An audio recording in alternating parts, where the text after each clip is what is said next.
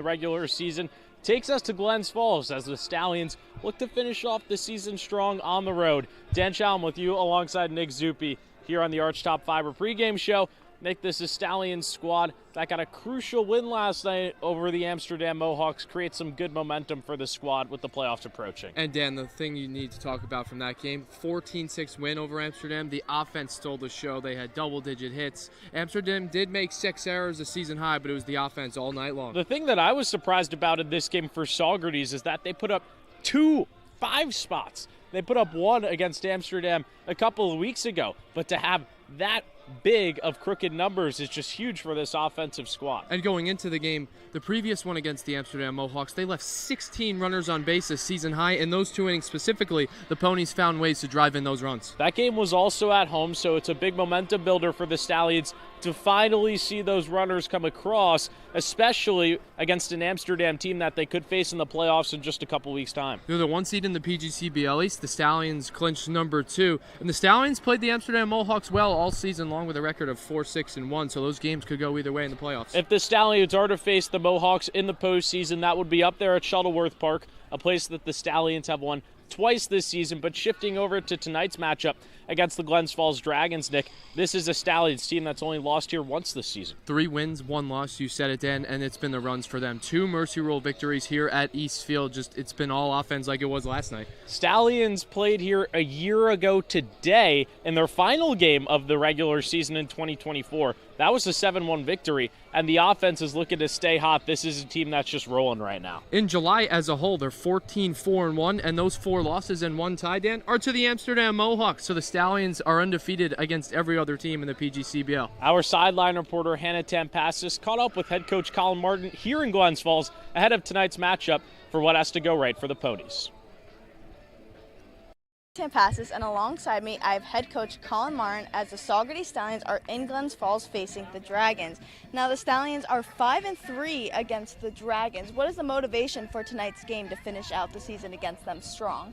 It's another game of preparation to get our guys ready for postseason, which is right around the corner. So get to move our lineup around a little bit, give a couple guys some rest, and a couple other guys some opportunity to go out in the field in situations that might come up here in a few short days. Now the Stallions have secured the 2nd seed. How are you guys feeling? Feel great about it. Home field advantage is the big deal, so obviously being able to host, we're happy about that, and that's something that as the season went on, we spent a little bit of time talking on. Of course, chasing the 1 seed was always in the mix, but once the 2 seed was up for grabs, we knew we had to win a couple more games to solidify it, and we're able to do that. Now, what words of encouragement do you have for the team heading into the playoffs? It's fun because regardless of how long your season is, short it is, time of the year it is, summer, fall, winter, spring, it's still postseason baseball. When it's win or go home, it tends to not only up the ante, but bring some extra excitement, bring some extra focus. So it's good to see these guys in that kind of format where the game becomes really important or more important, and there's something on the line, which is what they're here for. Thank you so much, Coach, and good luck tonight. Thank you. Back to you guys. Always great to catch up with head coach Colin Martin. And Nick, one of the big things the Stallions are going to be emphasizing here down the stretch is keeping that pitching fresh with the amount of games that they have to play. Jace Van Valkenburg on the bump tonight for Saugerties. He's one of the 7 all-star selections for the Stallions here in the PGCBL East, and he's deserved it. All season long, he's come in, done a great job. He's made 2 starts. This will be his 2nd here tonight, and he has a 2.7 ERA on the year.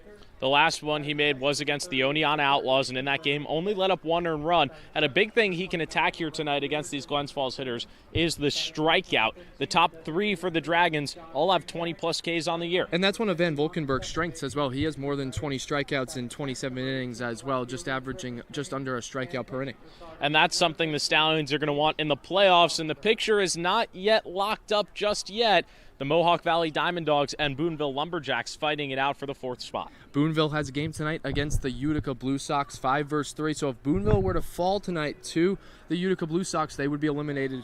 However, if they are to win tonight and the Mohawk Valley Diamond Dogs are to lose tomorrow at Amsterdam in their regular season finale, they would end up making the PGCBL playoffs, which would be a miracle for them after they went on a 10-game losing streak down the stretch. And that was the team, Dan. They were as high as second in the PGCBL. At least they were playing consistent baseball all summer long until the last 2 weeks of time. They've just lost 10 of their last 12 games. And now for the Stallions' path to the playoffs, which is locked up at this point. They will host the Utica Blue Sox in the first round, that being on Wednesday, and they ironically play Utica in the last game of the regular season tomorrow at home. And both games against Utica at home have been wars. The Stallions needed a 4-run inning twice, once in each game, to defeat the Blue Sox. Certainly won't see a whole lot of guys that'll probably play in the playoff game tomorrow night back at Cantine Field, but then after that, if the Stallions are to go to the PGCBL Championship for the first time since 2021, they would have to knock off either the Mohawks, Diamond Dogs, or Lumberjacks, with that top part of the bracket not set up just yet. And the Stallions' a 6-5 record in the postseason. For them, it's going to be game by game in a single elimination format. And head coach Colin Martin, he's got a lot of high leverage arms to go to for each one of those games. He can go Mason Weaver. We've seen Jace Van Valkenburg before, Matt Murtaugh, Greg Bruno. He's got a whole bunch of guys that he could go to, probably one per game. And how about the guy that pitched last night, Sean Dertinger, who got the win for Saugerties? We're just up against first pitch here at Eastfield. When we come back, final regular season road game for the Stallions when we come back.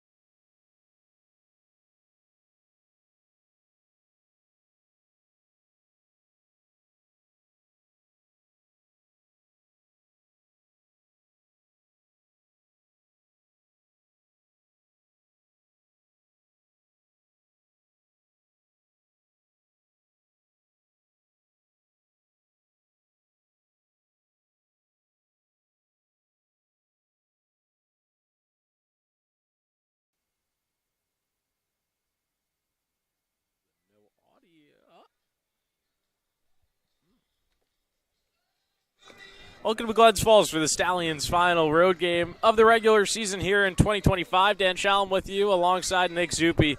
Getting ready to go. This is Stallions squad that is 3-1 here at Eastfield so far this season. 5-3 overall against the Dragons, and while this one might not matter for the Stallions playoff-wise, implications and seeding, still looking to end the season on a high note and where they've won 8 of their last 10. Doing so with a plus 26 run differential. But, Dan, the Stallions have really been rolling in the month of July as a whole, 14-4-1, and they haven't lost to anyone not named the Amsterdam Mohawks. Someone that raked against the Amsterdam Mohawks last night for the Stallions in what was a 14-6 win for them against Amsterdam was Luis Rodriguez. He's at the plate right now to start the game. 3 for 5, 3 runs batted in. He's been an absolute monster for the Stallions squad since returning to the squad after a brief stint where he went home to train. Fouls the first pitch off from Colic McMahon for strike 1. And McMahon, so far this season for the Glens Falls Dragons, making what is his 8th appearance, a 3.10 ERA on the season for him through 20 1/3 innings pitched. McMahon deals the 0-1, and it knocks Rodriguez on the helmet. It was a breaker, so Rodriguez totally fine. He jogs his way over to first. Caught the face guard right there, so Rodriguez lucky to have that on his helmet, and the Stallions have the leadoff runner on here in the first. Rodriguez picking up right where he left off last night against Amsterdam. A 3 for 5 return for him with 4 runs and 3 RBIs as well. Pat Costin, the first baseman at the plate for the Stallions now, in what is just his 3rd game of the season. Joined the squad in the final week and has been a monster for them so far. 5 for 9. Takes upstairs for ball 1. And Costin kept the success going last night against the Mohawks. Him and Rodriguez both going 3 for 5. He ended up with a pair of runs batted in. Rodriguez gets the lead from first. They're going to give a check on him. He's the Stallions stolen base leader and has 25 of them on the year. Was the leader when he left the team and is still the leader coming back to the squad as well. Just shows how dominant he's been, and he's going to go over to second. Here's the throw down from Jones. It's on time, but Rodriguez gets under the tag. Runner into scoring position here for the Stallions in the first. Rodriguez doing exactly what he did last night. He reached base on an error and would come around to score by himself. The error allowed him to reach second. He then would go to third on a pass ball and came around to score on another pass ball. Here he's on second by himself. Make that 26 stolen bases on the season. The only other guy ahead of him is Bootville's stolen base king, who has 44. Set the PGCBL single season record. Here at Glens Falls a couple of nights ago, Costin takes the off-speed in the middle of the plate for strike 1 in this at-bat, and that being Andy Perez, who has just been a monster for the Lumberjacks, and they're fighting for their lives against Utica tonight. A win, and they stay alive, currently up 2-0 on the Blue Sox in the bottom of the first at Robert Smith Sports Complex. 2-1 pitch. Misses down in the dirt. 3-1 here to Costin. Colin McMahon made his last start against the Utica Blue Sox. Glens Falls went on to lose that game 10-0, but he went 5 innings strong, 2 runs, and none of them being earned. Costin gets a piece, and the count goes full for the first time here tonight. Last night against Amsterdam, Costin was in the cleanup spot. Here tonight he gets bumped up to second, and rightfully so. He had 3 hits last night. A lot of power from the left side, and the Stallions are hoping that that can help them come playoffs in just 2 days' time against the Utica Blue Sox. Payoff. Misses down in the dirt. And the first 2 runners are aboard here for the Stallions by way of the hit by pitch or walk in the first. Starting hot against the Dragons is something that the Stallions would love to do. Rodriguez came home to score last night in the bottom of the first for a 1-0 lead, and then Saugerties will put up 5 in the bottom of the second to take a 6-0 lead against the Mohawks after just 2. Logan Sanchez, the catcher tonight at the plate. First pitch ball on the outside part, 1-0. The top three here tonight for the Stallions, all having at least 2 hits and at least 1 RBI yesterday against Amsterdam. Just what you want to see against what is going to be the top seed in the PGCBL East in a couple days. Rodriguez goes to third. Jones can't handle it behind the dish, and that's his second stolen base of the game, and now runners at the corners in a 2-0 count to Logan Sanchez.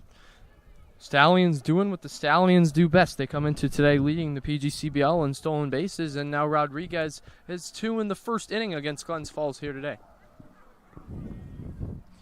Costin does not have a stolen base so far this season, but could be a place to put him in motion here and break up the double play. Rodriguez could also come home with a steal, but the pitch is high and away. Make it 3-0. Stallions would love to get some big innings here in Glens Falls, really blow this one open, and hopefully eventually hit the mercy rule, given that they have to play in the playoffs with no off days before the PGCBL postseason starts. Trying to conserve as many arms as possible. 3-0. Spiked in the dirt. Gets past Jones. Coming home is Rodriguez. Here's the throw. The tag not in time. Costin moves up to second on the walk. And the Stallions are up 1-0. A ball has not been put into play here in the top of the first. Back-to-back base on balls issued from McMahon. And now we'll see the pitching coach for the Dragons come out of the dugout with the Stallions already up by 1. And this is exactly what it's been like for the Glens Falls Dragons this season against the Ponies. These two teams, for the first 8 matchups, the Stallions have only out-hit them by 4, 67-63. But the Stallions offense has 20 more walks drawn on offense than the Glens Falls. That'll be the first wild pitch of the game going against Colic McMahon. So Rodriguez does not get credited with the stolen base, but he already has 2 in this game, and there still has not been an out recorded by this Glens Falls defense. Casey Comiskey coming to the plate next here for Saugerties. First time this season that he's batted cleanup. Home plate umpire going out to break up the meeting. Just the start that Saugerties wanted here in their final road game of the regular season. They will have to play on the road if they are to face Amsterdam in the East Division Finals, and if they are to make it to the championship, have to play at least 1 on the road against whatever team wins the West. That still hasn't been decided, and the West Division playoffs starting a day earlier than the East tomorrow. First pitch to Comiskey. Fastball low in the zone, ball 1. That's been the problem for McMahon. Has really struggled in this start finding the strike zone and did not issue a walk last time against the Utica Blue Sox in that 10-0 loss. Had 3 strikeouts. The 1-0. Off speed, high and away. 2 balls and no strikes. George Baker waits on deck for the Stallions. A big power bat that they certainly would love to bring to the dish here in the top of the first. McMahon fires. He just cannot find the zone. Back-to-back 3-0 counts against the Stallions. And once again, still not a ball put into play. All Stallion runners have reached away by a hit-by-pitch or walk here in the inning. Luis Rodriguez being the only run to come across and score. 3-0. Catches the inside part. That's the first strike for McMahon in 7 pitches. It's 3-1. Comiskey last night against the Amsterdam Mohawks was just one of 2 players for the Stallions offense that did not successfully reach base when they put up 14 runs on 13 hits. However, he did knock in an RBI and will reach base here in the first. That's 3 straight walks out of McMahon. Nobody going out there in the Glens Falls bullpen, as this will be McMahon's last appearance this season for Glens Falls. They have 1 game left to go, but this being their final regular season home game, and they are already eliminated from playoff contention, so that out of the picture. George Baker steps to the plate here with the bases loaded and nobody out. 1 already across for Saugerties. First pitch from McMahon is a fastball on the outer half for strike 1. And Baker's just the guy that the Stallions want in there. With the bases loaded, nobody out here in the first. He's got 5 extra base hits, great power to the gaps, and an extra base hit would drive in 2, maybe 3. Takes just upstairs, and last night against Amsterdam, 1 for 3, came around to score twice, but looking to blow the game open here for the Stallions in the first. 1-1 count. McMahon set at the belt. Wind the kick. Here's the pitch. Slow breaker that finds its way to the middle of the zone. And for the first time here tonight, McMahon's got a 2-strike count. Nowhere to put Baker with the bases loaded. He's got to find a way to go to that put-out pitch. 1-2. Tried to go back to the breaking ball. It just falls off on the outer half of the plate. Count knotted at 2. The Dragons have let up at least 10 runs over their last 5 games and have lost all of those. Mercied in 3 of them. Baker chases upstairs. That's the first out of the ball game. Bases still loaded for Brandon Fish. And runners left on for the Ponies has been a story here in the last week for them. 44 runners left on base over their last 4 games. They got to find ways to drive runners in when they're on the bases. Brandon Fish has done a solid job at that so far here in his time with Saugerties in 2025. His 3 RBIs in 7 games and takes upstairs for ball 1. Had a monster night a few days ago against the Oneonta Outlaws. In that game, he had a triple along with an RBI single. That's the game where we really started to see Fish get going, and the Stallions are hoping that he can heat up just before the playoffs. 1 ball, 1 strike count, 1 down. Costin over at third, Sanchez at second, Comiskey at first, with 1 across, that being Luis Rodriguez. McMahon fires. Fish chops it foul into the Dragons' dugout. Back-to-back 1-2 counts here for Colin McMahon after he let the first 4 runners aboard in the first. The 1-2 count he had against Baker. McMahon went back-to-back breaking balls after the fastball. 1-2. Ends up plunking Fish. Second hit by pitch of the top of the first. Another run will come home to score. 2-0 Ponies.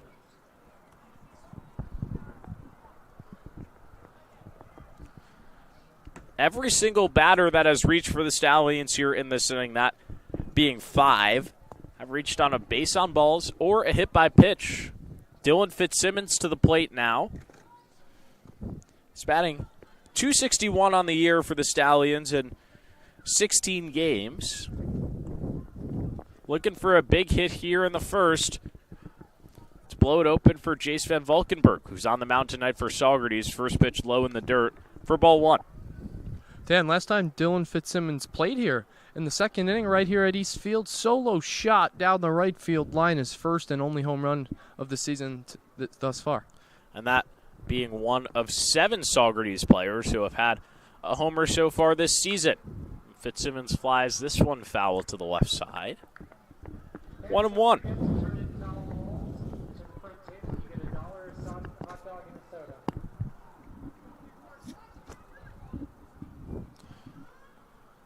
Dragons defense has not been tested so far in this game. Nothing put in play. Everything either strikeouts or walks. 1-1. Fitzsimmons fouls it straight back to the screen. 3 straight 1-2 counts for McMahon. He's got to find a way to establish that put-out pitch. Whatever it is for McMahon, fastball, breaking ball, throw it with conviction to try to fool the hitter. George Baker was put out on a high fastball. See if he goes back to it here. Tried to go to the fastball this time on the outside part of the plate. Can't find it, though. It's 2-2. John Freitag on deck here for the Stallions. Started out in left field yesterday before being replaced by Griffin Crane. Both of them in the starting lineup here tonight as the 2-2 misses upstairs. The count goes full. The Dragons are starting to get an arm going out there in the pen, and McMahon on the cusp of what would be his 4th walk here in the top of the first. He's only faced 6 batters so far, this being his 7th. The payoff. Fitzsimmons grounds it to the right side and through. Coming home to score is Sanchez. Comiskey gets held over at third. It's an RBI single for Dylan Fitzsimmons. His 9th run batted in of the year, and it's 3-0 Ponies. Dylan Fitzsimmons getting hot at the right time, and now an RBI for him in 4 straight ball games, including the last game he played against the Mohawk Valley Diamond Dogs. He had the go-ahead RBI double in the 8th that gave him the win.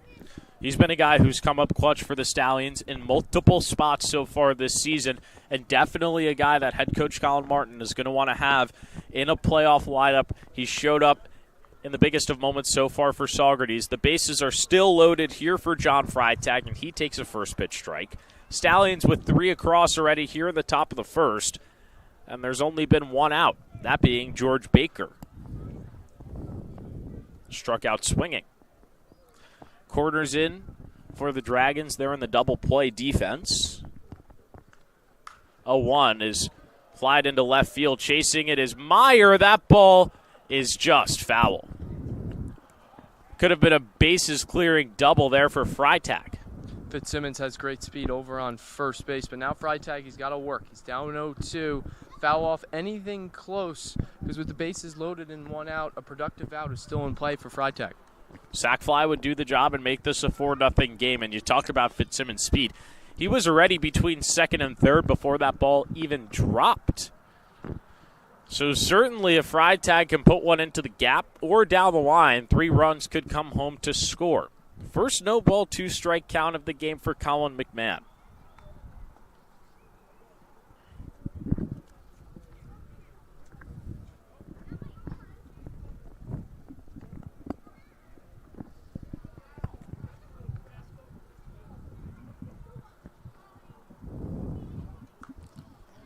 Freitag takes outside. 1-2. Boonville Lumberjacks certainly giving themselves a shot. They put up a 6 spot in the bottom of the first against the Utica Blue Sox, and that puts a lot of pressure on Mohawk Valley to win tomorrow up at Shuttleworth Park in their season finale. This ball gets away from Jones. Freitag was hit by the pitch, and he will go over to first. That's the 3rd hit by pitch of the inning. It is 4-0 Stallions of what has been just a disaster start for Colin McMahon. Now that's back-to-back games and back-to-back days for Freitag, where he picks up an RBI and doesn't even put the ball in play. He had a bases-loaded walk last night against the Amsterdam Mohawks, and here today with the bases loaded, he's hit by the pitch. It's his 2nd RBI hit by pitch of the inning for Saugerties. Bases are still loaded for Andrew Ray, who is the 9-hole hitter tonight. Stallions are just 2 batters away from batting around here in the first. 4-0 off just 1 hit. 1-0 to Ray. Cut and a miss for strike 1. Ray 1 for 3 last night against the Amsterdam Mohawks. Came in to score twice. He's been a guy who's starting to find it at the bottom of the order. Just 4 games played for the Stallions so far this season. Takes the big breaker upstairs. 2 balls, 1 strike.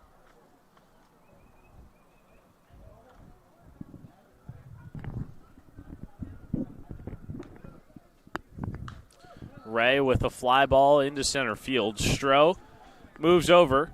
Fish ready to tag from third, and here's the throw home. Just offline, Fish in to score. It's a successful sac fly for Andrew Ray, and it's 5-0 Stallions.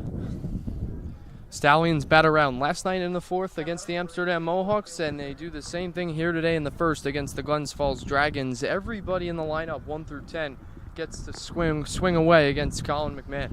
The only bat who did not reach for Saugerties here in the 1st, or I should say, drive home a run as well, George Baker, who struck out the 5-hole hitter tonight. But now it's Griffin Crane's turn.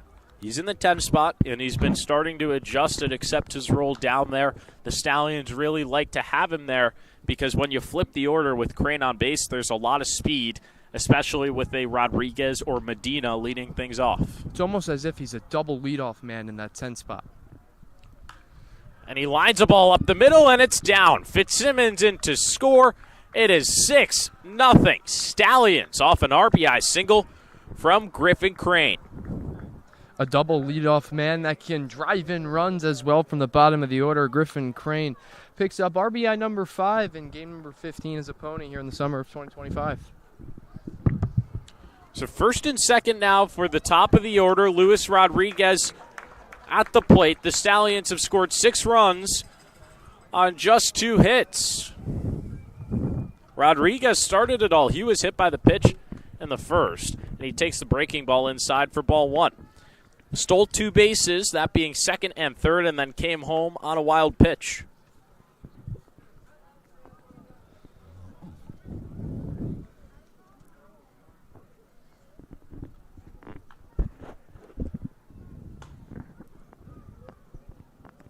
Ball upstairs 2-0, and Nick, you really look at Luis Rodriguez as a guy who can make or break the Stallions playoffs. When he's on, he's been one of the best, but when he hasn't been there for Saugerties, they've struggled to plate runs. They really need him to step up in a couple days' time.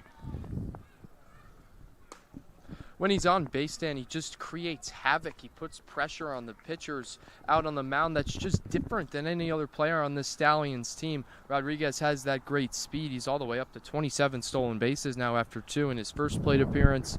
That speed gets in the head of pitchers, and then they start to miss their spots, and the Ponies hitters take advantage. 3-0. Outside for ball 4.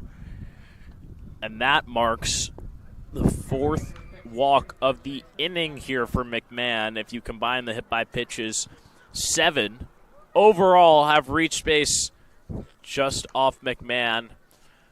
And the bases are loaded for Pat Costin, who was the first walk that McMahon issued. He came around to score to make the game 2-0 at the time.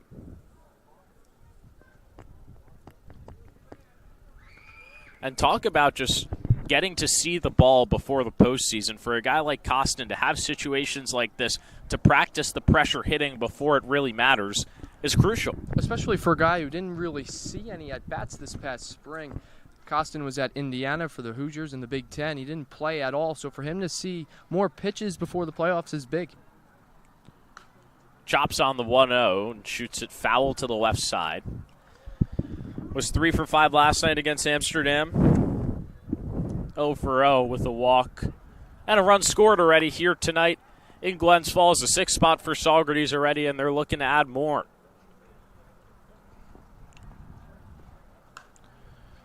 One ball, 2 strike count, and McMahon just now 1 pitch away from getting out of this nightmare start for him.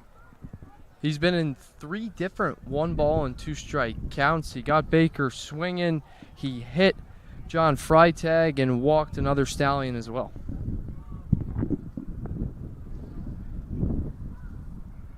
McMahon set. Here's the pitch. Bounced in the dirt. 2-2.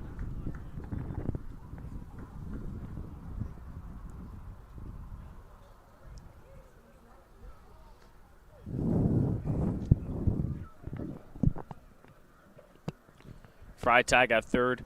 Crane at second. Rodriguez is at first with Costin at the plate and a 2-2 count with 2 down. The pitch. Broken bat over to the right side. Biller gloves it, steps on the bag, and ends the first inning where the Stallions send 12 hitters to the plate, score 6 off 2 hits, and talk about a cushion for Jace Van Valkenburg. He's got plenty of room to work with the Dragons coming to bat in the bottom of the first.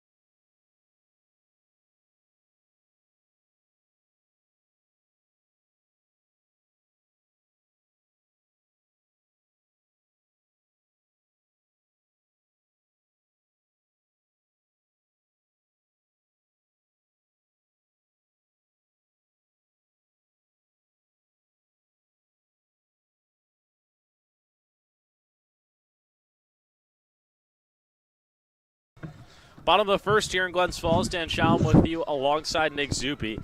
In the blink of an eye, the Stallions take a 6-0 lead, send 12 hitters to the plate, but it wasn't even like the offense was really hitting the ball that hard. Ryan McMahon just getting himself into trouble. Stallions only had 2 hits, one from Dylan Fitzsimmons, an RBI single, and then another one from Griffin Creighton that scored a run with the bases loaded as well. McMahon was really all over the place. He couldn't consistently find the zone. 4 walks, couple hit by pitches as well. Just a disastrous start for the Glens Falls Dragons here today. And already with the 6-run first, the Stallions have to have that mercy rule in their head. They want to try and save as many arms as possible. With the playoffs coming up and what is basically a 2-game set against the Utica Blue Sox, with one game being much more important than the other. Jace Van Valkenburg on the bump here for the Stallions. This is only his second start of the season. His last one was a few days ago up in Oneonta.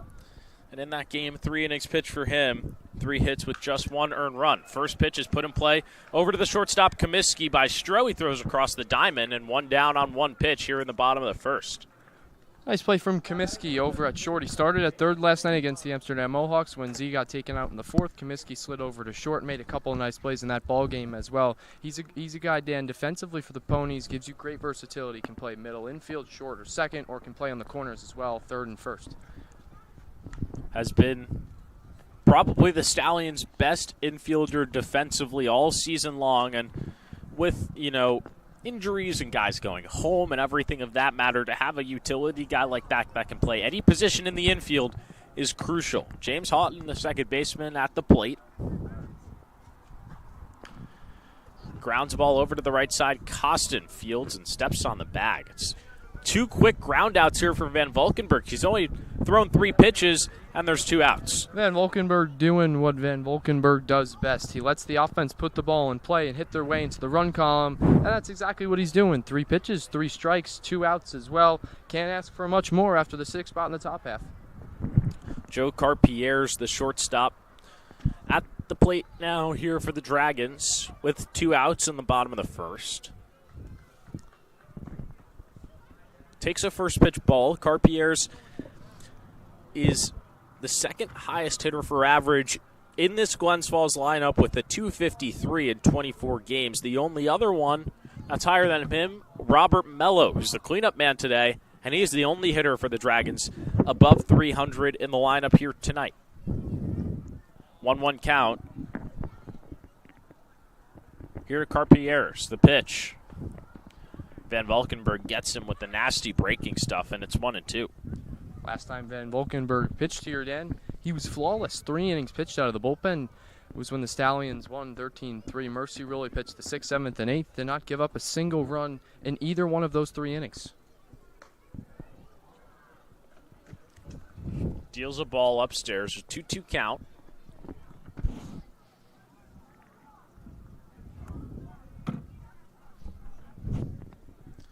Fires. Forces weak contact behind the plate. Is it going to be Sanchez or Costin? It'll be Sanchez, but he drops the ball in foul territory.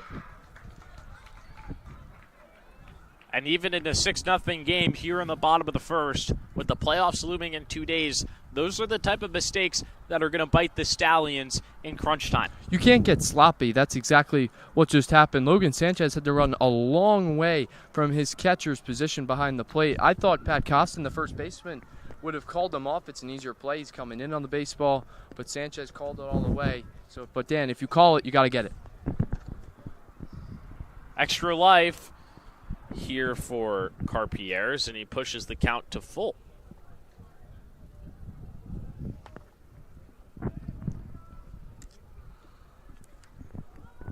Van Valkenburg gets the sign. Here's the pitch. Strike down the middle for strike 3.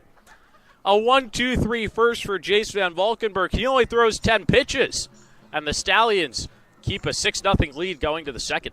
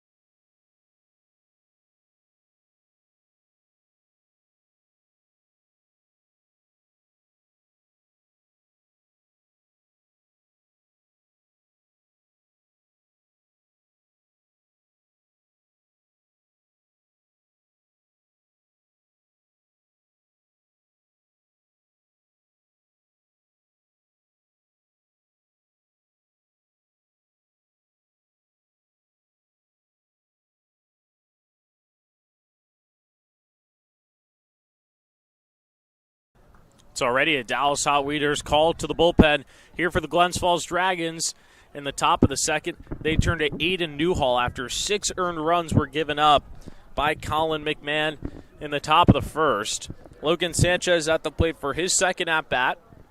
Takes down in the dirt for ball 1. And the problem for McMahon in his start was just allowing the free pass. 4 base on balls, 3 hit by pitches. That's certainly not a recipe for success against what has been a potent Stallions offense. Leaves the game with just 2 hits given up. Stallions are averaging just about 7.3 runs per game here in the month of July, and they don't strike out very much. They're disciplined hitters, 3rd fewest in the PGCBL on the season as a whole. Sanchez fouls the ball over to the right side. Only struck out 3 times last night against the Amsterdam Mohawks, which was an improvement for this squad after they had a 2-game stretch against Amsterdam and Oneonta, where they struck out more than 10 in each of those games. Here's the 2-1. Called strike at the knees. 2 balls and 2 strikes. Newhall coming into this game just his 8th appearance of the season and has only thrown 8 innings. This likely to be his last in the summer of 2025. Sanchez cuts to the ball in the dirt, strike 3. The umpire called it foul. It should have been a drop third. Sanchez not happy about it. Didn't run to first. And there's 1 down here in the second. Just a confusing swing out of Sanchez. He's swinging at a ball in the dirt. Not really sure if he foul tipped it or not. Casey Comiskey at the plate now, and the first pitch runs in, nearly hits his toes. 1-0. Had a walk in the first, came around to score as the 4th run of the game. Stallions and Dragons played here a year ago today in what was the final game for both sides in the 2024 season. As Comiskey lines the ball to the right side, a nice backhanded pick by Biller. He throws to first in time. Dragons defense with a nice play, and there's 2 down. Comiskey's had some good swings of late, and he hasn't been rewarded. Going back to last night with the runner on third, he hit a line drive right at the third baseman, Jake Sparks, for Amsterdam, where he jumped up and robbed him of an RBI hit. With 2 down, George Baker comes to the plate. He was the only strikeout that McMahon got in the first, and will certainly be looking to bounce back lefty on lefty.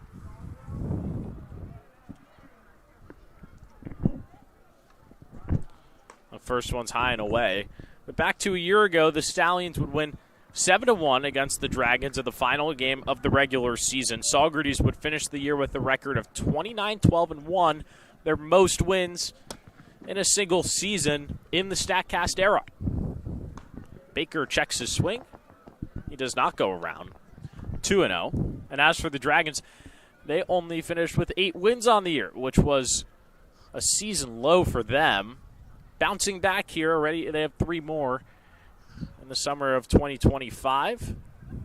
Newhall paints the corner for strike 1, but they're still searching to get back into the playoffs. They're already eliminated here in 2025. 2 balls, 2 strikes on Baker. And Nick, talk about a pressure-packed game tomorrow up in Amsterdam. 7-0 for the Boonville Lumberjacks already over the Utica Blue Sox. That is a ton of pressure on the Diamond Dogs to finish strong, a team that's lost 2 in a row. And specifically for the Amsterdam Mohawks, that could be a preview of the first round of the playoffs as well. If Mohawk Valley beats Amsterdam, that means they're in and they're the 4 seed. So you don't really know if Amsterdam is going to throw all their guys, maybe throw some guys who need some innings. You don't really know which way they're going to take and try to maybe even eliminate Mohawk Valley with a win. And you could also think about it this way. If you're the Mohawks, the Diamond Dogs have to throw their highest leverage arms tomorrow to even make it in. That's basically a playoff game for them. If they lose, they're done. The Mohawks could pitch their bad arms tomorrow and then come back the very next day and just come back with their best arms and really just go after all of the Diamond Dogs hitters.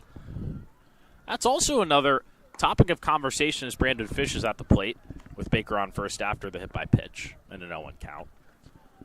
Utica will have to travel to Saugerties back-to-back days, and that is just about a 2-hour-and-a-half drive there and back. This pitch is skied over the head of Jones. Going over to second is Baker.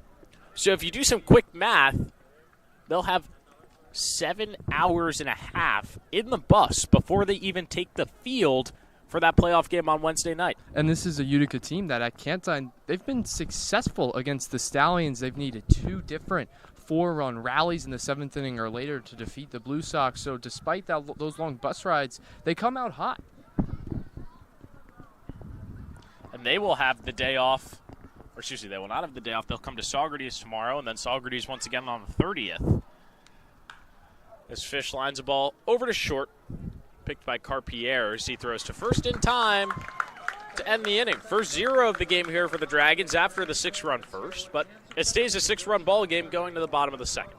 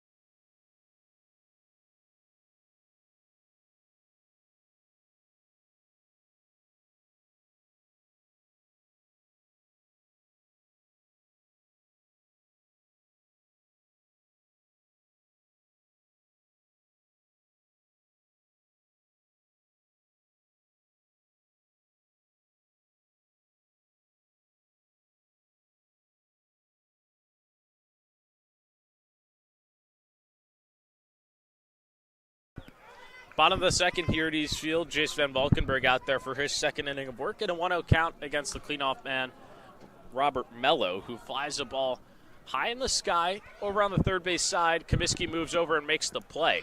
Van Valkenburg has worked very efficiently in this start. Just 12 pitches, resulting in 4 outs.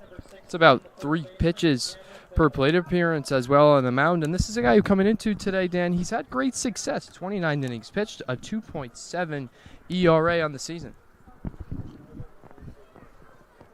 Cameron Biller, the first baseman at the plate. First one misses down and away, 1-0. Last home game of the season here in Glens Falls. A nice turnout at East Field here tonight for the regular season finale for the Dragons here at home.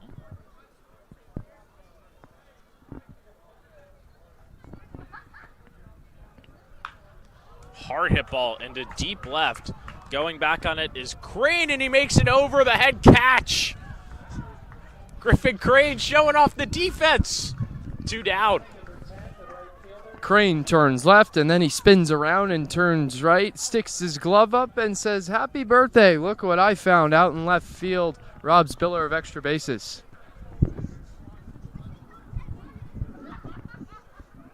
Chase Falcon, the right fielder, at the plate now. Van Valkenburg's retired all 5 hitters that he's faced to start off the game. And he's ahead here, 0-1. He's doing a great job.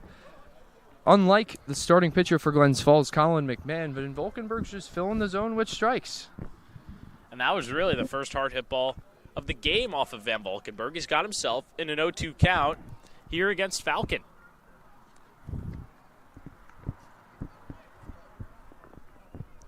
Falcon 14 strikeouts on the season so far.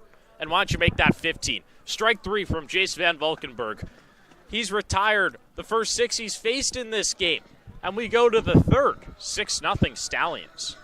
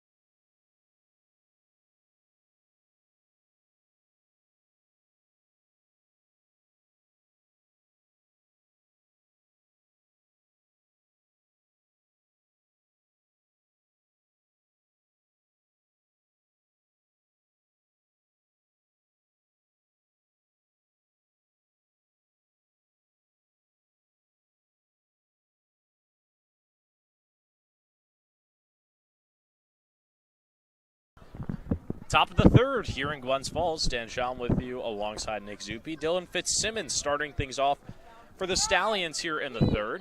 He had the first hit of the ball game for Saugerties, yet is the 7-hole hitter in the lineup tonight. The first 6, all walk, hit by pitches, or strikeouts from the starter Colin McMahon. And Aiden Newhall still out there here in the third. And he came in last inning and did a great job. He struck out Sanchez swinging to start things off and then retired the 2 of the next 3 hitters. Loops the ball into the gap in left center, trying to cut it off is Meyer. It doesn't matter. Fitzsimmons is chugging for second, and he's in there without a throw. Stand-up double for Dylan Fitzsimmons. He hits a little 6-7 celebration after that one to lead off things here in the third. Fitzsimmons is smoking hot for the Ponies right now. His batting average coming into today is all the way up to 260. After about 10 days ago, Dan, it was right by the Mendoza line at about 195. This is a guy who's been an absolute tear at the right time with the playoffs coming around the corner. Certainly. It's 2 for 2 here tonight.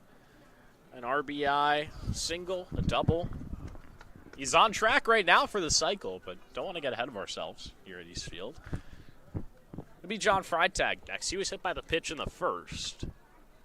Made it all the way to third, but did not come around to score. He takes a first pitch strike on the outside corner.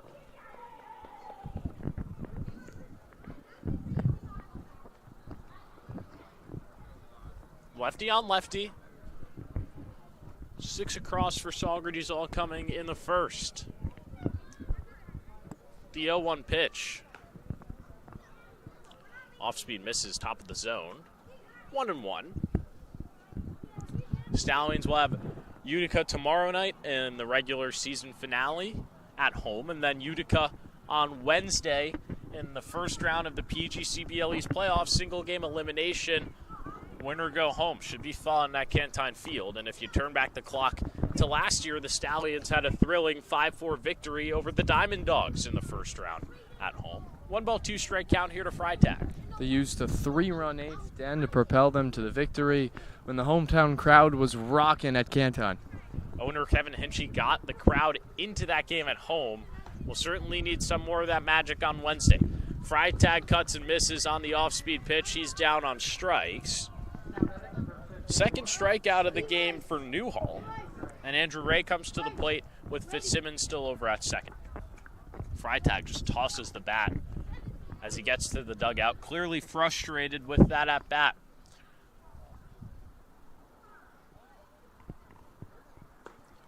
Ray takes a fastball at the knees for strike one. Van Valkenburg has done a great job on the pitching side of things for Saugerties so far in this game. He's dealt 18, faced the minimum through 2. 0-1. Ray tried to get down the bunt. And you really go back to Freitag's at bat. That seemed to be the bunt scenario there with nobody out and Fitzsimmons already at second. These are the type of things that the Stallions are going to have to convert on come Wednesday against Utica. You can't leave a leadoff double sitting at second for the whole inning. And the bunt as well is in play because Fitzsimmons has great speed. So if you get him over to third, he's 90 feet away from scoring on a pass ball, which especially here at East Field and at Cantine for the playoffs on Wednesday, much bigger backstop, more room to run if it gets by the catcher. The 0-2. Ray chops it over to the third base side. Diaz throws across the diamond in time. Fitzsimmons is going to go over and take third as Diaz came in on that play. Carpier's didn't cover. So it's a productive second out, and the Stallions' 7th run of the game sits only 90 feet away. Fundamental baseball from the Ponies. Fitzsimmons, you could tell he was going to be aggressive out on second base. Diaz fields over there at third. He takes a crow hop, and then Fitzsimmons bolts for third as soon as Diaz threw it across the diamond. 10-hole hitter Griffin Crane at the plate has the only other hit in this game for the Stallions outside of Fitzsimmons, who has the single and the double. Takes a first pitch ball on the outside part of the plate.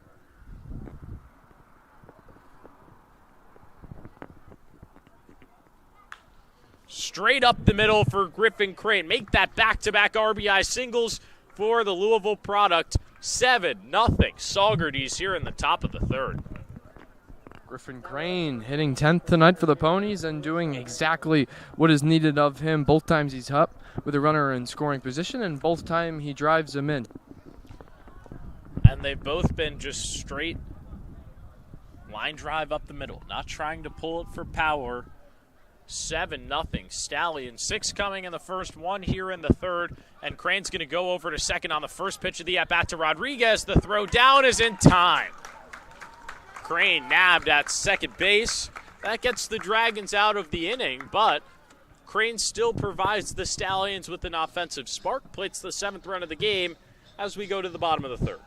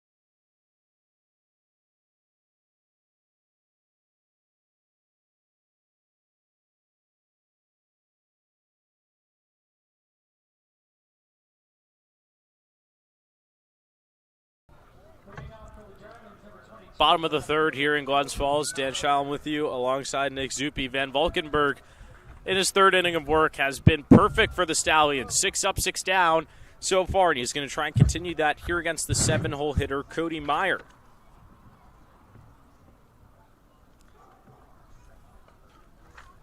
Breaker upstairs misses for ball 1. Van Valkenburg has been doing a nice job of just throwing strikes. When you throw strikes, good things happen. He hasn't walked a single hitter, and as a result of that, he's 2 strikeouts as well. Carpierre is looking in the first, and Chase Falcon in the second. Gets a swing and miss right there. 1 ball, 1 strike count. Cody Meyer looking to finish the season above 200 for the Dragons, has played in 14 games so far. Was 0 for 3 with a couple of strikeouts in his last game just about a week ago against the Oneonta Outlaws at Damaski Field.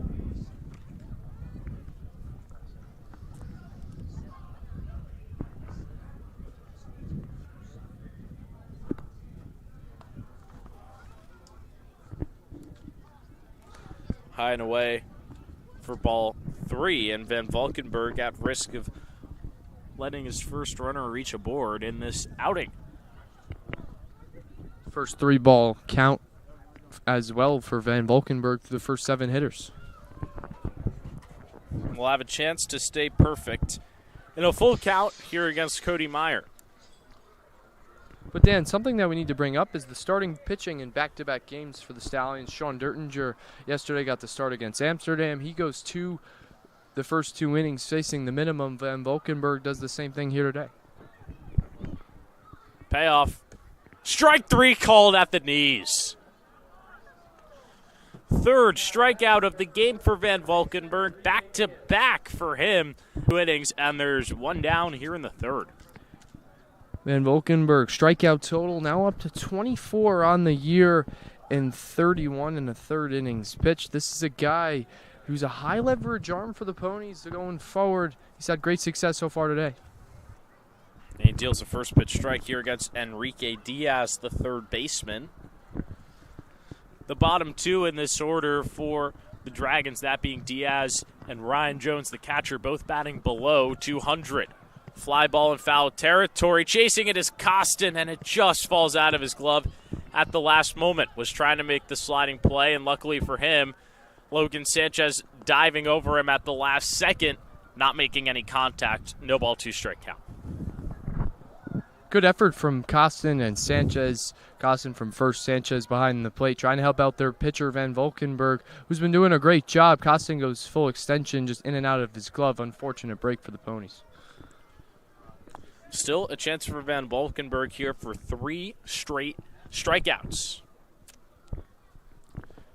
Well, for his last couple of starts, has returned to that all-star caliber Jace that was really known throughout the league in the first half of the season. Deals a ball here, 1-2. Van Valkenburg, Dan, when he was named an all-star, had an ERA of under 2.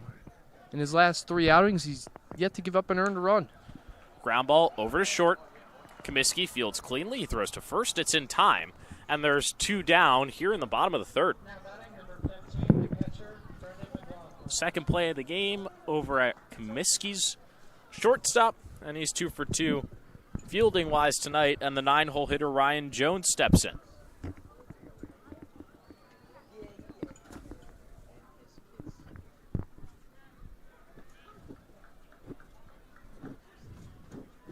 First pitch. Fouled off to the right side.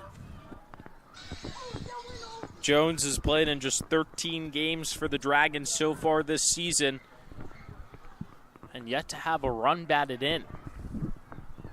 Really describes the offensive struggles for this Dragons squad. Not like the pitching has been doing them any favors, but at the same time, they've struggled to put up runs over the last 6 games where they've lost all of them. Really on the season as a whole, Dan, through 41 games on offense, they're 15th in batting average and on base percentage, as well as runs and hits. Just not a recipe for success. There's the first hit of the game for the Dragons. A weak fly ball into right field comes off the bat of Ryan Jones. And that flips around the order. Travis Stroh at the plate. But what a first 8 batters it was for Van Valkenburg. Retired all of them. And the first batter that he got out in this start was Travis Stroh on a ground ball over to short. And we'll look to put another 0 on the board here for Saugerties. First pitch misses in the dirt. Ball 1.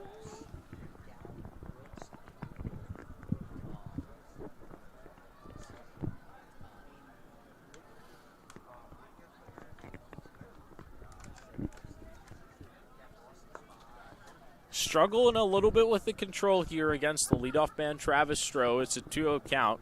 2 outs on the board. There's no arm going for the Stallions in the bullpen just yet, but you would expect it at some point, given that Van Valkenburg is one of the best high-leverage relief arms with the playoffs just a couple of days away. His first 3-0 count of the game here comes against Travis Stroh. And his longest appearance of the season as a whole, Dan, he did it twice, 3 innings total here already, 2 2/3, only giving up 1 hit. He finds the zone right there. This is just going to be Van Valkenburg's 25th pitch of the outing. It's been stellar and works himself back into a full count. He's really using the cutter to his advantage. It's his best pitch. It's his go-to pitch. When he's rarely fallen behind, he uses it to get back into counts and get hitters out as well. Stroh just gets a piece. 3 balls, 2 strikes, 2 outs. With the 9-hole hitter Ryan Jones at first. Van Valkenburg set at the belt. Here's the pitch. Lined over to Comiskey, and he makes a beautiful diving play for the 3rd out of the inning. Comiskey has been so solid across the infield and showing off the glove once again here in the bottom of the 3rd. And that's 3 innings of clean work for Jace Van Valkenburg. 7-0 Stallions going to the 4th.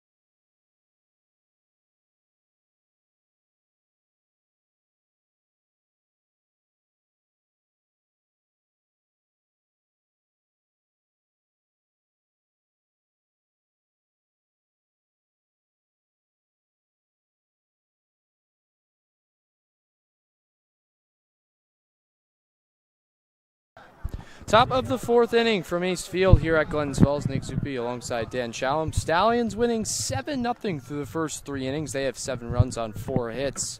To go along with it, they've drawn 4 walks and gotten hit by 3 pitches. It's been all offense here for the first 3 innings for the Ponies. Ada Newhall still out on the mound, and he starts the top of the order. Luis Rodriguez with strike 1. But Dan, going to the pitching side of things, Van Valkenburg, he's faced 1 more than the minimum in his 3 innings of work. He's done an amazing job, put up 3 straight zeros, has given this offense plenty of room to work with, and it'll be interesting to see if he goes out there for the 4th, but the Stallions have the top of the order and certainly searching for more, already up 7-0. Rodriguez steps in. The Stallions now have completed 2 full turns to the lineup so far in their first 3 innings. They sent 12 hitters to the batter's box in the first, where they scored 6 runs on 2 hits, drew 4 walks in the inning as well. 1-1 pitch from Newhall is downstairs. 2-1 on Rodriguez. Center fielder for Saugerties made his return to the lineup last night for the Ponies. First time starting in a game since June 25th, just over a month in between starts for him, and he picked up right where he left off. A 3-for-5 night, drove in 4, scored 3.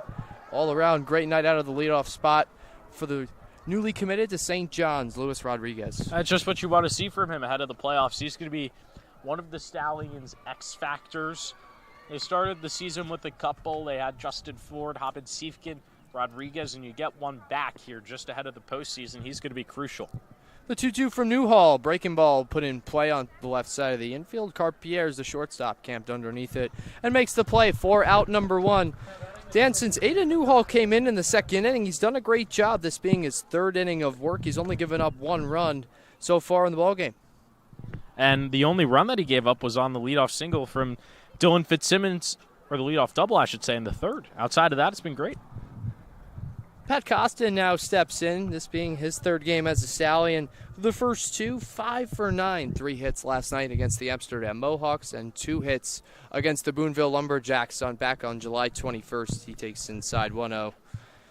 Stallions as a whole in their last couple games, the offense has been rolling, nearly averaging just under 7 runs a ball game. The month of July as a whole. 1-0 pitch misses inside 2-0. And these Stallion hitters, Dan, they really don't chase. They try to put the ball in play as much as possible. Third fewest strikeouts in the PGCBL this season. And Costin's going to be a big part of that. It's only struck out once so far through the first 11 plate appearances. Takes a strike on the outside corner. 2-1 count against Aiden Newhall. Still toeing the slab for Glens Falls. Colin McMahon through the first inning gave up 6 runs on 2 hits and walked 4 Stallions as well. Costin takes a strike on the outside corner. To count now moves to 2-2. He really doesn't think so. He's a power-hitting lefty. He doesn't want to chase on the outside part of the plate, so just getting some clarification from the umpire so he knows where to swing. The kick and the pitch from Newhall. Breaking ball on the outside corner for strike 3. Costin goes down looking. 4th Stallion strikeout on offense here comes in the 4th inning. Pat Costin goes down looking. 2 outs to start the half inning. And like you mentioned, Nick, Newhall's really cleaned things up for the Dragons and strung together a couple of solid innings of work on the cusp of his first 1-2-3. Logan Sanchez now steps in. He had one of the 4 strikeouts in the ballgame. His came in the 2nd inning.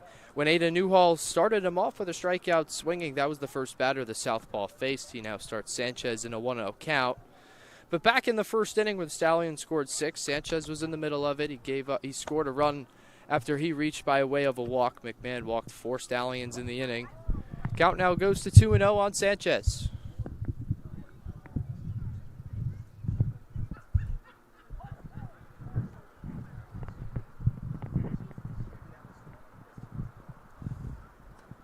Sanchez takes upstairs now. It's 3-0. Newhall has yet to issue a walk in 2 2/3 out of the mound. For Glens Falls, he did hit George Baker in the 2nd, but got Brandon Fish to ground out to short. That got him out of that inning. Sanchez swings 3-0 and grounds it to the third baseman Diaz. He fields on the backhand and throws across the diamond for out number 3. 1-2-3 inning for the Stallions on offense. They don't score in the 4th inning, and the new pitcher will be coming out in the bottom half when we come back.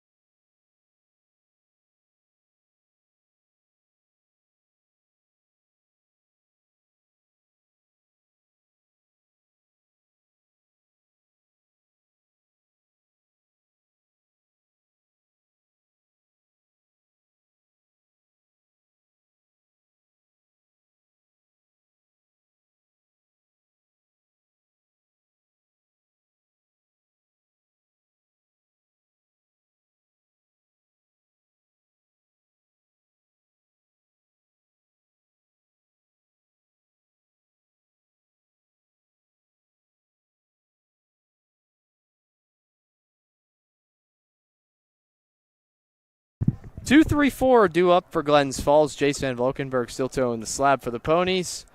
1-0 count on leadoff man James Houghton, and then Joe Carpier's with Robert Mello following the shortstop for Glens Falls. Middle of the lineup due up. Van Valkenburg through the first 3 innings. He's only faced one more than the minimum. So far, no runs allowed, only 1 hit, a 2-out single to catcher Ryan Jones. Last inning with 2 outs, and then he got a line out from Travis Strode to the diving Casey Comiskey over at short. Starts Houghton off in a 2-0 count near the bottom of the 4th. Houghton lines this one foul for strike 1. And Van Valkenburg's definitely showing a little bit of fatigue here in the 4th. Led up his only hit of the ball game so far to the 9-hole hitter Ryan Jones, and started in a 2-0 count, but is battling back here to start off the 4th. Van Valkenburg's longest appearance of the season, he's done it twice, has been 3 innings. Started against the Oneonta Outlaws a couple days ago up at Damaski Field. Went 3 innings, gave up only 1 earned. Here today, goes 3. So far, no earned, only 1 hit allowed. Now a 3-1 count on Houghton. Kicking the pitch home, misses upstairs, ball 4. 5-pitch walk for Van Valkenburg, his first base on balls of the ball game. And it's only the second base runner for Glens Falls on offense as well. Going over the Stallions' offensive side, they have 7 runs on 4 hits. They've drawn 4 walks as well. They've been hit by 3 pitches, so it's been a mixed bag for the Ponies on offense.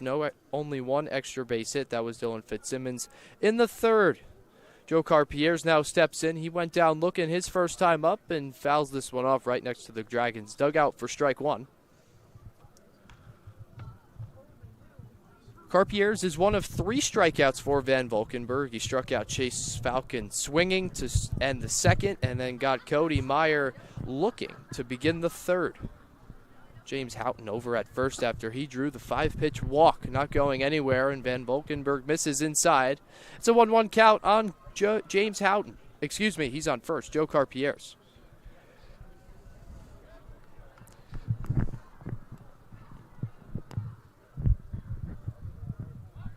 Van Valkenburg gives a check on Houghton over at first. And still no activity out there in the Stallions bullpen, and really for no reason. Van Valkenburg hasn't gotten himself into any trouble thus far and has kept the pitch count relatively low, under 40. The 1-1 pitch home. Carpier swings and misses on the breaking ball. 1-2 count. Van Valkenburg coming into today at an ERA of just under 2.8 at 2.79. In 29 innings pitched here today, he's only lowered it yet to give up a run here today. Stallions as a whole lead 7-0 through the first 3.5 innings of play as Carpier's grounds this one over the hole. That's short. Comiskey fields and will go the short way, bringing the second baseman Ray off the bag. No out on the play. It's the first error of the ball game for the Ponies as well. Ray not really agreeing with the bases umpire there on that play, and an unfortunate break for Van Valkenburg. He really did nothing wrong. He just grounded the ball over to short on that play. It was tough for Comiskey on the backhand. They still haven't officially scored it, but you can't really blame Comiskey. It was great of him to even get that ball to second to begin with. Regardless, 2 runners on for Glens Falls. Robert Mello, the designated hitter, steps in against Jace Van Valkenburg. James Houghton over at second. Carpier's over at first. With Mello stepping in, he led things off in the 2nd and popped out to the shortstop Comiskey right along the left field foul line. Back in the 2nd inning. Kicking the pitch home from Van Valkenburg is a big swing and a miss.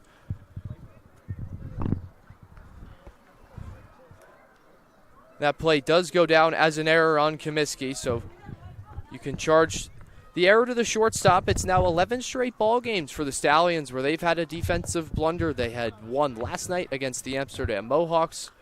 The 0-2 pitch is flied foul back to the screen behind home plate, so we'll do it again at that count. But, Dan, they really benefited last night off Amsterdam. They made a season-high 6 errors last night. Certainly, and there was one inning in that game where the Stallions scored 5 runs, and only one of them was earned. So they took full advantage of the mistakes from the Mohawks. The 0-2 pitch from Van Valkenburg is popped in play. Casey Comiskey, the shortstop, ranging over. He's camped underneath it. Calls off Griffin Crane, the left fielder, and makes the play for the first out of the inning. And a big out for Van Valkenburg. keeps the runners where they are. James Houghton over at second. Joe Carpier's over at first. Van Valkenburg walked Houghton on 5 pitches, and Carpier's reached by way of an error from the shortstop. Comiskey now brings up Cameron Biller, the first baseman for Glens Falls, his second time coming up.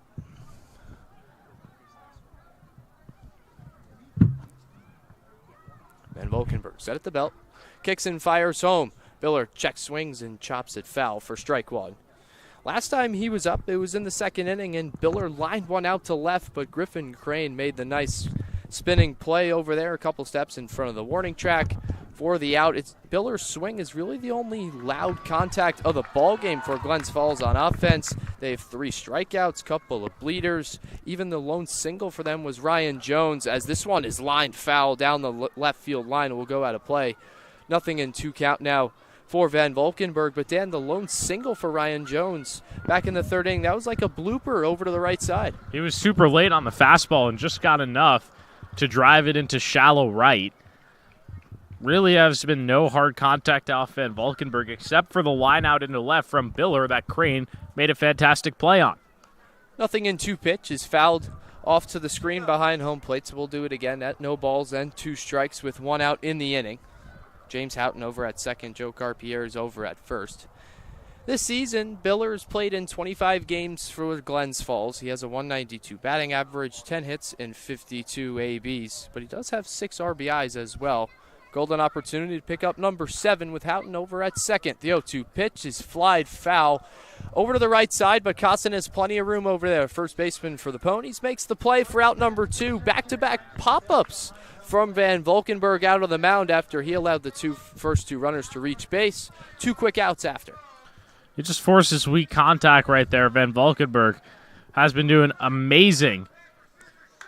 There's still 2 down in the inning, and the field ops crew here in Glens Falls thinks that this inning's over. They got to wait for this to go on. The umpire telling them, stop. You can't go on with this. There's only 2 outs. The inning's not over. Blame that one on the scoreboard operator here at East Field. Glens Falls has played 19 home games here at East Field, so they've had plenty of practice to get their show on the road here. Make a mistake, no big deal, but Van Valkenburg doesn't make a mistake there. He throws a strike on the outside corner with the breaking ball. 0-1 count to Chase Falcon, who steps in. He's one of 3 strikeouts for the Glens Falls offense here today. He went down swinging to end the second inning against Van Valkenburg. And, Nick, let me just clarify on that last one. I'm actually interested to see they have a water balloon fight going on in the middle of the 4th and 5th here to get a signed bat from Tyree Jackson, who has been the leadoff man for the Dragons with 2 kids. So it should be pretty interesting. They got to wait for Van Valkenburg to get this last out. He forces a swing and miss from Falcon. It's now 1-2. Might not be waiting much longer as Falcon is in a 2-strike count with 2 outs in the inning. Van Valkenburg has 3 strikeouts, and he got Falcon swinging earlier on in the ball game. But Tyree Jackson this season for Glens Falls has been one of the staples in the lineup. He recently went home for the summer as Falcon flies this one out of place. We'll do it again at 1-2. But Tyree Jackson out of the leadoff spot, Dan, he had great success for the Glens Falls, especially up at Cantine where he had 4 hits and they're come from behind victory. I think that's what some people are forgetting is that Glens Falls knocked off Saugerties twice at home. And those 2 games are really proving to hurt the Stallions here. They would still be in contention for first if those 2 went the other way. The 1-2 from Van Valkenburg. Just misses on the outside corner. Count now goes to 2-2. The Stallions as a whole are only 3.5 games behind the Amsterdam Mohawks after they clinched the number 1 seed in the PGCBL East. Last year, the Stallions finished 5.5 games back of those Amsterdam Mohawks for first. This year, a little bit different. And the difference was last year that the Mohawks were just so dominant. They were 35-7. And 2 of those losses, 3 actually came to Saugerties. So they put up the best fight that they could against the Mohawks, and they finished with their most wins in franchise history. But Amsterdam was just too dominant in the regular season. And the Stallions as well had better success this year against Amsterdam as there's 3 straight foul balls from Falcon against Van Valkenburg. Count now sits at 3-2. But Dan, the Stallions won 2 games up at Shuttleworth Park, something they did not do last season, a 2-3-1 record against the Mohawks at home. And I think that's the thing you take away. While yesterday's game might have not meant anything playoff seeding-wise, it's a big momentum booster ahead of the playoffs. 4-6-1 record and 11 matchups for the Ponies against the Mohawks. Falcon bleeds this one in play. Comiskey fields and will flip to Ray for one on the first in time, but safe. But that's out number 3 of the inning anyway. So the Stallions trying to make up for the error in the inning, trying to get 4 outs. But everyone was no confused need. with the scoreboard there. It was showing 0 outs. They put up a 0. That's all that matters. Regardless, exactly that. Jace Van Valkenburg gets through 4 scoreless innings for him out on the mound. He leaves 2 stranded, 1 in scoring position. We're going to the top half of the 5th, 7-0 from Eastfield.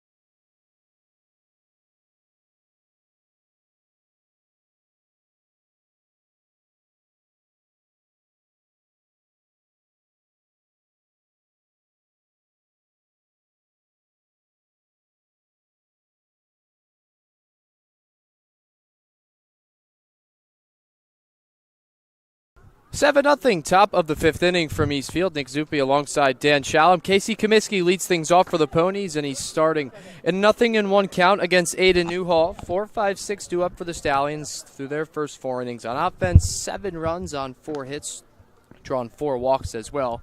Comiskey leads things off. Baker on deck, and Brandon Fish in the hole with Dylan Fitzsimmons due up if the first 3 reach base. 1-1 count for Newhall against Comiskey. Newhall has looked very good out of the mound. The southpaw for Glens Falls fires in a strike. It's now a 1-2 count on Comiskey. He came in the 2nd inning and has done a great job. 3 strikeouts for the Ponies in their last 3 innings. Only 1 run allowed on 2 hits. Been awesome so far. Stallions are going to be searching to get to the 10 mark here, and Comiskey's putting up a fight to start the inning. Stallions need only 3 more runs for the mercy rule to come into effect, something they've done twice here in 4 matchups against Glens Falls. They won 12-2 in the first game of the season right here at Eastfield, and then 2 weeks ago, Stallions did win 13-3 in 8 innings. And just to clarify, Nick, we still need to play a full 7 innings here at Eastfield, regardless of what the score is. But if the Stallions are leading by 10 or more after the bottom of the 7th, then the game will end early. Stallions have 4 mercy rule victories on the season. As we alluded to earlier, 2 of them have come at Eastfield, but Comiskey is robbed now in back-to-back at-bats. He lines out to the 3rd baseman, Enrique Diaz for Glens Falls, as he makes the full extension dive for out number 1 in the inning. Can't be mad about that one right there if you are Casey Comiskey. He's put 3 hard hit balls into play so far in this game, and it just simply has not gone his way so far. Another guy who's kind of had the breaks not go for him is George Baker, who's at the plate right now. Baker 0 for 1 with a strikeout in the first and a hit by pitch in the second.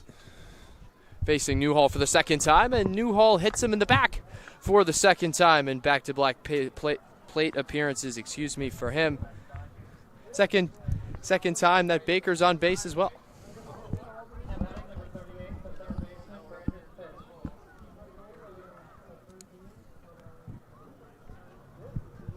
Time for the Stallions to add on more. Fish, the guy who does not have a hit so far here tonight, but him and Baker have both been hit by the pitch. Lefty on lefty here, no Nobody really going yet in the Dragons bullpen. Time to attack in Newhall. First pitch to Fish, it misses upstairs 1-0.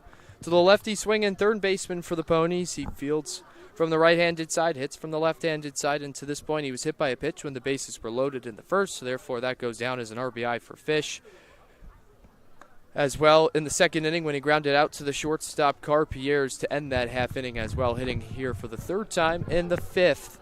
Baker over at first after he's had a nice ball game for himself. He's been on base twice. Both times he was hit by the pitch against relief pitcher Aiden Newhall. Fish in a 2-0 count now against the southpaw for Glens Falls, which now moves to 3-0 as Fish takes outside. Dan, this is a guy who's really starting to come into his own for the Stallions on offense. He hit .333 last year in 12 games for the Ponies, and this is a guy they really need to get going with the playoffs around the corner. He played both playoff games last year as well for Saugerties, so he has that postseason experience that is going to be crucial for them down the stretch. Fish swings and puts this one in play, foul down the left field line, and will get down. Strike number one from Newhall. Here in the AB, Dylan Fitzsimmons is on deck, and to this point, he has 2 of the 4 Stallion hits. A single that scored a run in the first and a double that started things off in the third. He would come around to score in the inning as well on a Griffin Crane RBI single, who's hitting 10th for the Ponies here tonight. Baker goes away from first. Fish swings and misses, and George Baker picks up a stolen base here in the 5th inning. Got a great jump over there. Baker using his speed to get to second for Fitzsimmons, who's just been on fire here tonight. That is the 4th stolen base of the game for Saugerties, and just George Baker's 3rd. He's not a true speed threat, but he got a great jump there and picks up a free 90. Dylan Fitzsimmons steps in. We just alluded to earlier, 2 for 2 day for him. He scored 2 runs and drove in 1 as well. And he's plunked by Newhall with the first pitch. Puts his head back to say, come on, man, just trying to hit in a 7-run game. But nonetheless, Fitzsimmons will take his base, bringing up John Freitag, another lefty for the Ponies. Head coach Colin Martin rolling out a lineup featuring 10 Stallions, 4 straight lefties, Baker, Fish, Fitzsimmons, and Freitag. The most lefty hitters they used in a lineup was 6. Here tonight, only 5 with Pat Costin. 6th hit by pitch of the game by this Dragons staff, and this really feels like the last couple of games. It's prove it to head coach Colin Martin why you should be in the playoff lineup. You got plenty of free at-bats that are not going to matter in the win column really for the Stallions. So this is the time for all these guys, 1 to 10, to show why you should get the start on Wednesday. First pitch to Freitag, misses upstairs 1-0. And Freitag, definitely one of those guys that's on the border of being in there, either in the outfield or as one of the DH or extra hitters. A couple of good games here could force him into the lineup on Wednesday.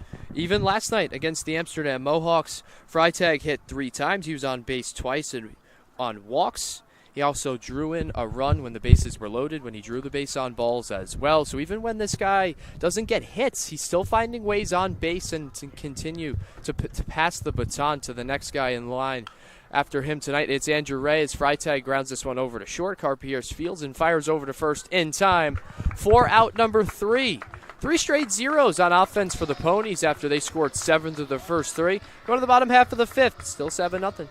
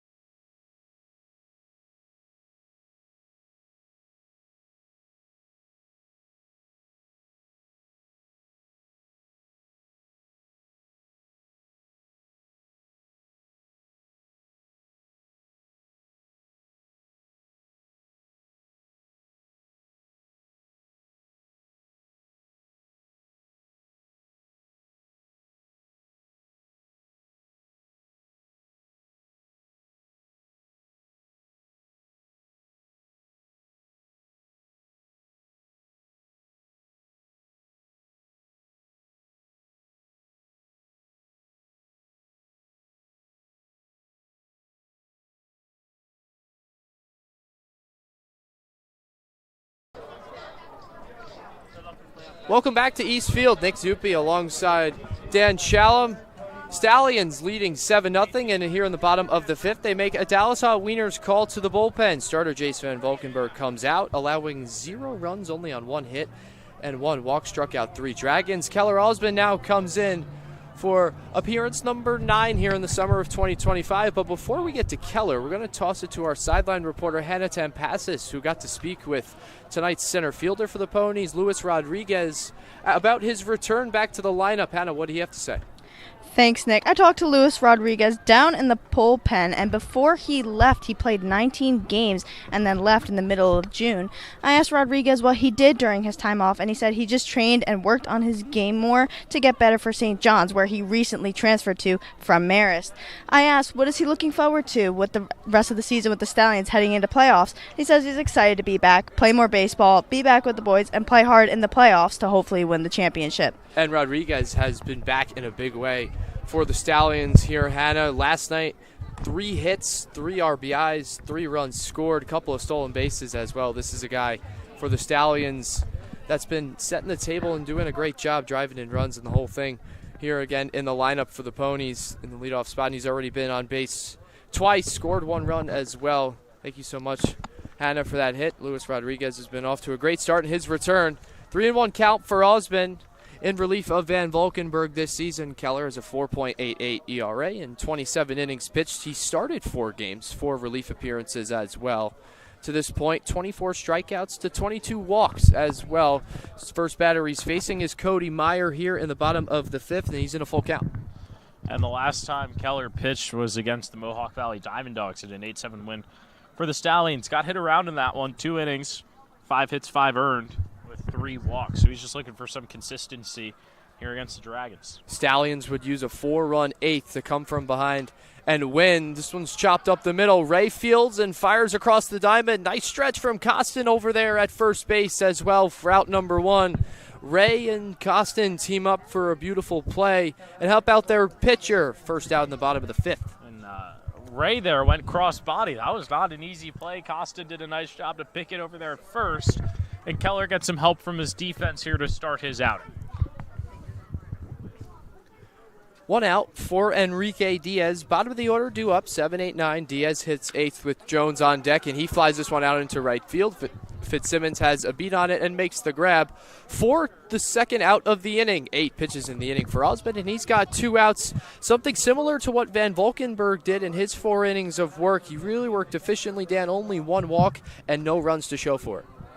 Did a great job, and Keller's off to a flying start as well here in the 5th for Saugerties. Ryan Jones now steps in. He has the lone hit of the ball game for Glens Falls. He had a 2-out bloop single to the right side. Back in the 3rd inning, and Travis Stroh lined out to the shortstop Comiskey. That ended the threat in the 3rd. The only time that Glens Falls has had a runner in scoring position was last inning when James Houghton was over at 2nd. Joe Carpier's was on 1st, and Van Valkenburg got 3 straight outs to leave them stranded as well. The 0-1 pitch from Osmond is a breaking ball in the inside corner. Nothing in 2 count to Jones. Would be great for Keller to end off his first inning of work here with the strikeout. Has been dominant so far.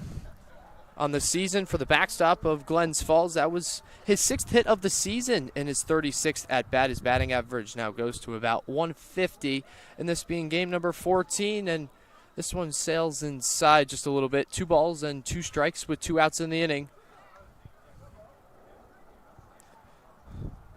Stallions as a whole have relied on their pitching staff here in the month of July, and they're doing a great job in doing so. They average just under 5 runs per game. On the defensive side, Stallions as a whole here in the month of July have a plus 48 run differential, and this one's going to land fair. Osmond picks it up and tags Jones. Will throw over to first just to get the shore out, and he does. A 1-2-3 inning for Keller Osmond. At the bottom of the 5th, Stallions lead 7-0 going to the 6th.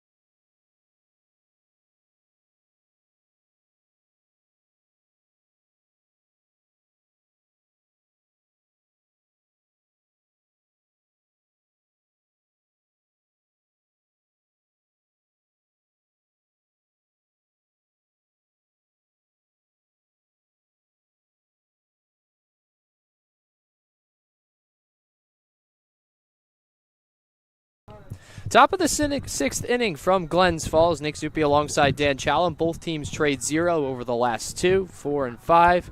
Here in the sixth for the Ponies on offense, 9-10-1 due up.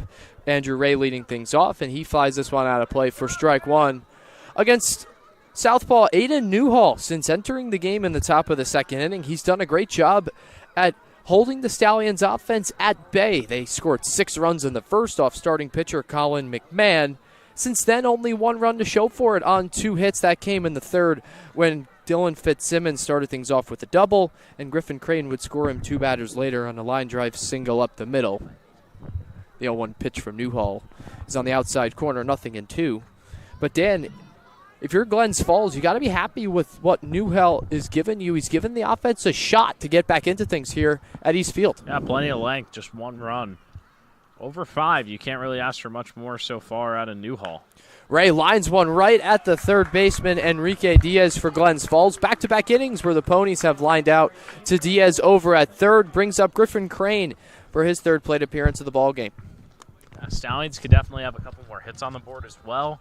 In this game, just have gotten a couple of unlucky bounces over to the third base side.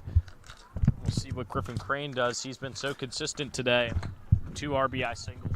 1 in the first and 1 in the third. Now batting in the sixth for the second time against Ada Newhall. The last time he faced him was in the third, where he singled in Fitzsimmons to make it a 7-0 ball game. Since then, score hasn't changed.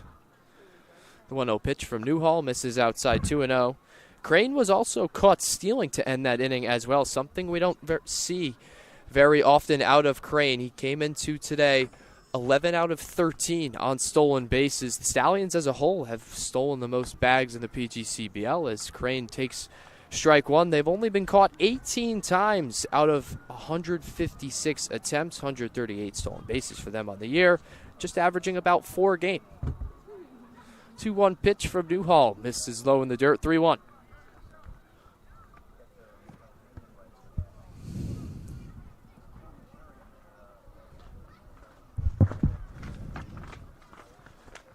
Nobody on, 1 out in the inning. 3-1 pitch to Crane. Misses, and it's a 5-pitch walk to the lefty swing in Louisville product. Griffin Crane, he will be at first.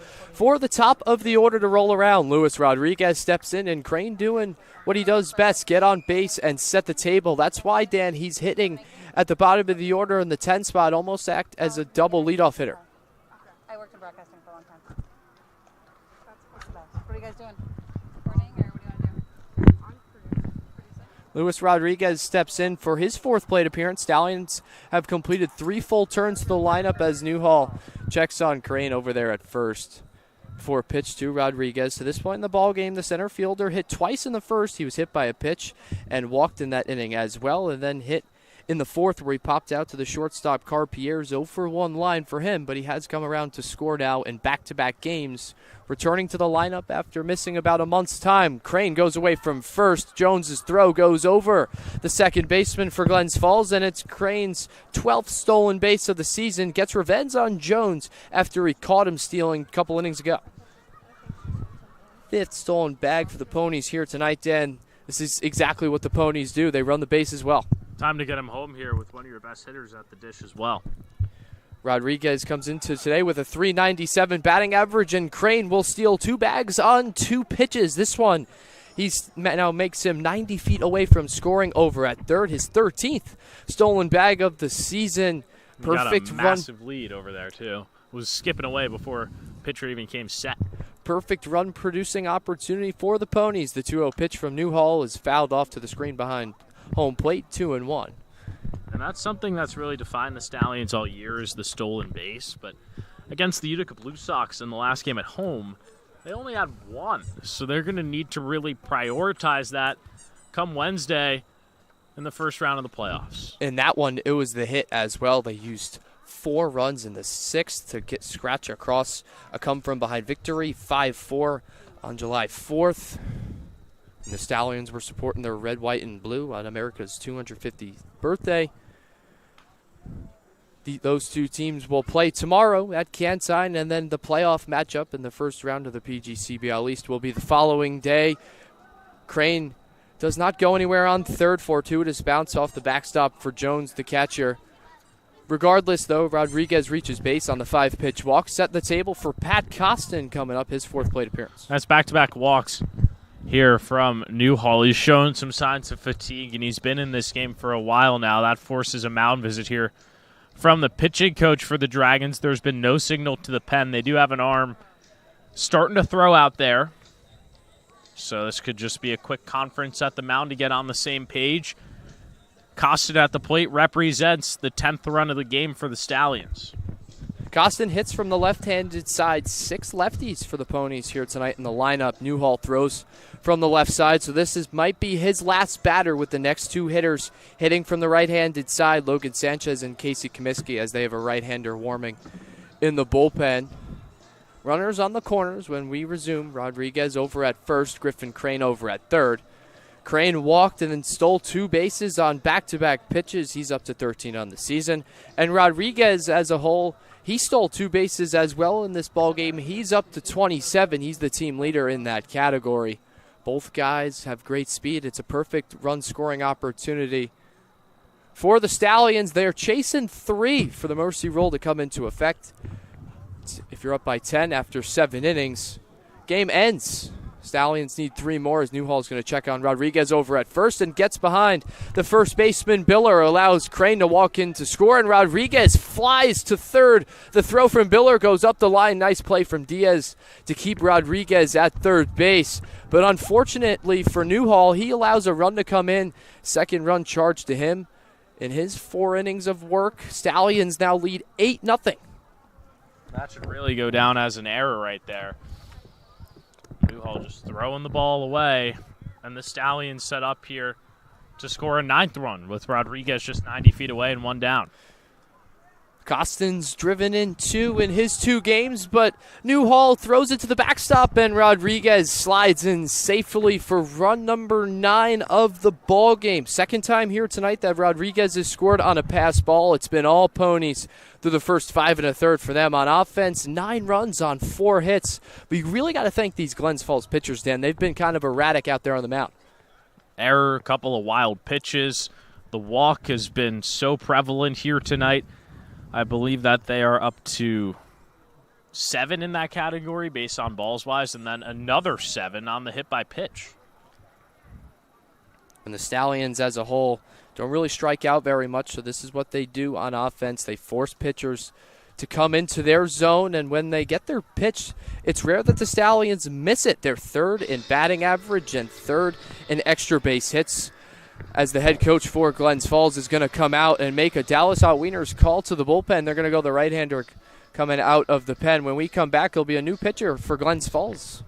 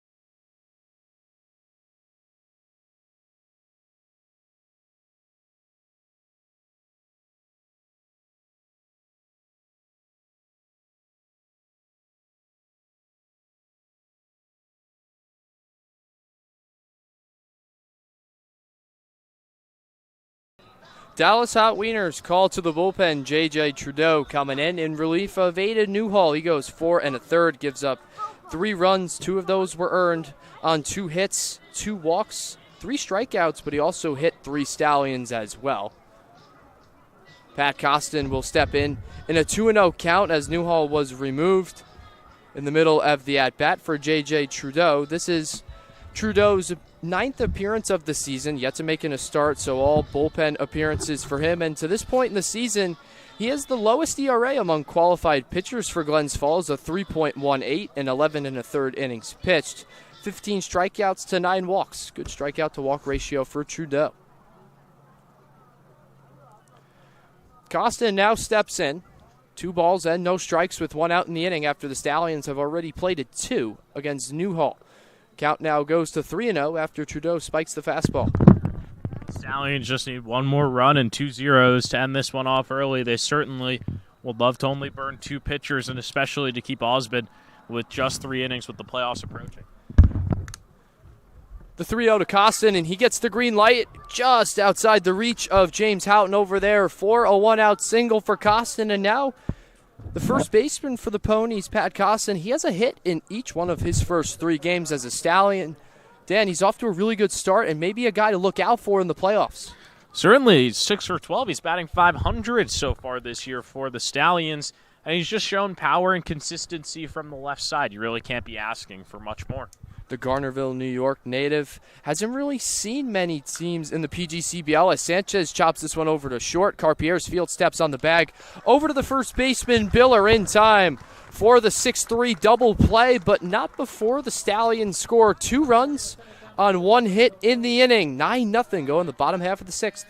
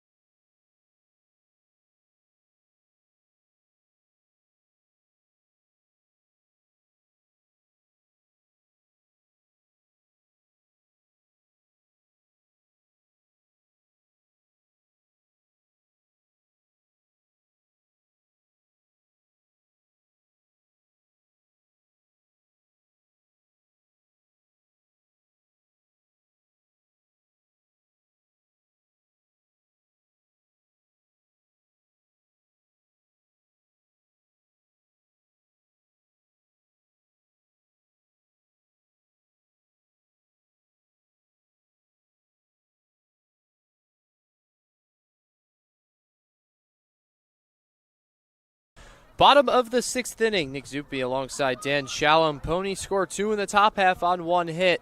Keller Osmond still toeing the slab, and he is the top of the order to face Travis Stroh, leading things off with James Houghton on deck and Joe Carpier's in the hole.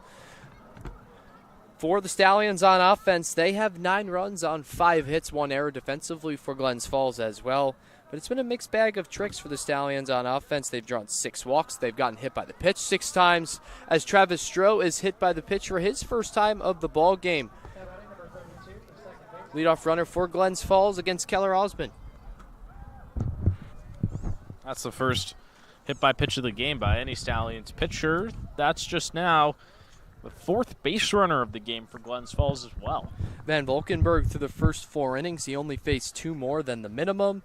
Scoreless, 1 hit, 1 walk, and 3 strikeouts. Keller Osmond pitched last inning in relief of Van Valkenburg, worked a 1-2-3, 2 groundouts and a flyout. Here in the 6th, starts James Houghton off with a 1-0 count. But Dan, going back to the Stallions on offense, it's really been a mixed bag for them. Couple of hits, couple of walks, couple of hit by pitches. Really doing whatever they can to put some runs up on the scoreboard. And look for them to be aggressive in the 7th. They're going to want to end this early, and a nice defensive play by Osmond. He nearly got Stroh leading off at first. Osmond had a pickoff to his advantage against the Amsterdam Mohawks up there at Shuttleworth Park. Picked off a runner at first, and that was the second out of the inning. As Houghton swings and misses, and this is the first strike to him. Nothing in 1 count to this point in the ball game. The second baseman for Glens Falls is 0 for 1 with a base on balls. He grounded out to the first baseman, Costin, who fielded and stepped on the bag in the first and walked in the 4th. Takes outside 2-1.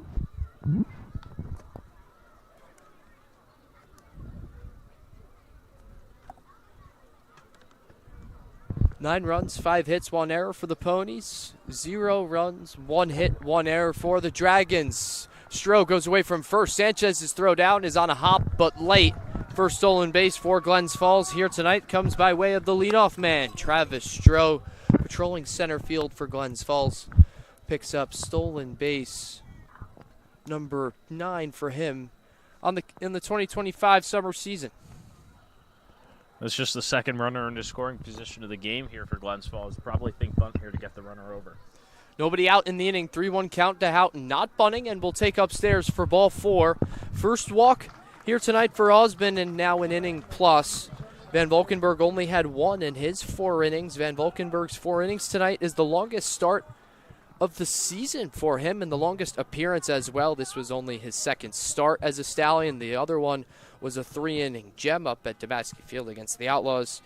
So 7 innings starting for Valkenburg. Only 1 earned run to show for it, providing the Stallions with great length. With the playoffs coming up, they take on the Utica Blue Sox tomorrow in their final regular season matchup and will face the Utica Blue Sox the following day at home, 2 versus 3.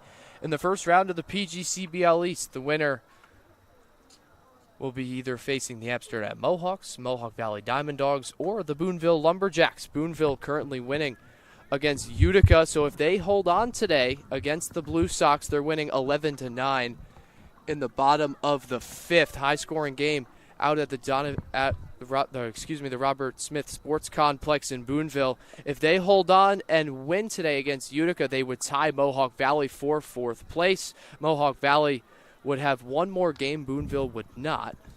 Therefore, if Mohawk Valley falls to the Amsterdam Mohawks tomorrow, the 4th spot is Boonville's. 3-0 count on the shortstop, Joe Carpier's here against Keller Osmond. Kicks and fires home, grounded in play. Comiskey fields and will go to third base for out number 1. Heads up play for Comiskey, going to his barehanded side. Goes the short way. Brendan Fish was ready over at third, became a first baseman. Big out number 1 for Osmond. And that's a great defensive play right there, not only to get the first out, but also to get the lead runner and not let a sac fly opportunity come into play here. Osmond now with some breathing room. Last time Glens Falls had a runner in scoring position was the 4th when James Houghton got as far as 2nd. He's there once more. Here in the 6th, lefty swinging Robert Mello steps in, the designated hitter for Glens Falls, and Osmond starts him off with the ball. And the problem for Osmond has just been not finding the zone here in the 6th. If he just pounds the zone, he hasn't gotten into trouble, but the 2 runners have gotten aboard by a hit by pitch and a walk. The kick home from Osmond misses inside 1-1 to this point in the ballgame. Mello's 0 for 2. He hit in the 2nd. He hit in the 4th. Both of those were pop-outs to the shortstop, Casey Comiskey, over there at short, as Sanchez wants to go out and have a word with the right-hander for the Ponies. But Dan, going over to Casey Comiskey, he just made that nice play. Going into the hole, his barehand side, backhand flips it to Fish for out number 1. He's been great defensively really all season long for the Stallions. He had a diving stop earlier in this game on Travis Stroh to end off the 3rd inning. So he has been fantastic over there and has gotten an out on every ball but 1 here tonight, the 1 being a tough throw to second. That was back A couple innings ago, he fielded it, going to his barehanded side, trying to go in the short way to second, just brought the second baseman Ray off the bag for the fielder's choice, and the lone error for the Stallions defensively. The 3-0 pitch to Mello is a strike in there on the fastball. 3-1 count with one out. James Houghton over at second. Joe Carpierre's over at first. Travis Stroh led things off with a hit by pitch, but he was out at third on the fielder's choice. Last AB from Carpierre's. The 3-1 pitch. Mello fights it off. Fish takes a look. Third baseman running for it and does not make the play. Count goes full now, 3-2. It's a good fight here from Osmond to go from down 3-0 back into the full count. He's going to have to throw another strike here. The Dragons haven't put anything hard into play off him just yet. Just pound the zone. Van Volkenburg had 3 Ks in his 4 innings. Osmond looking for his first through an inning and a third out of the bullpen. The payoff pitch flied out into center field. Rodriguez going back on it. He's off the track, and it goes over his head. One bounce up against the wall. Fields and fires into Comiskey at short, hitting third and coming around to score is the sliding James Houghton from second base. He had to pause to make sure that ball got down. It's a stand-up RBI double for Robert Mello, and Glens Falls is on the board. 9-1 ball game. That ball was crushed into center field. Rodriguez just ran out of room at the very end, and the ball bounced up against the very edge of the wall.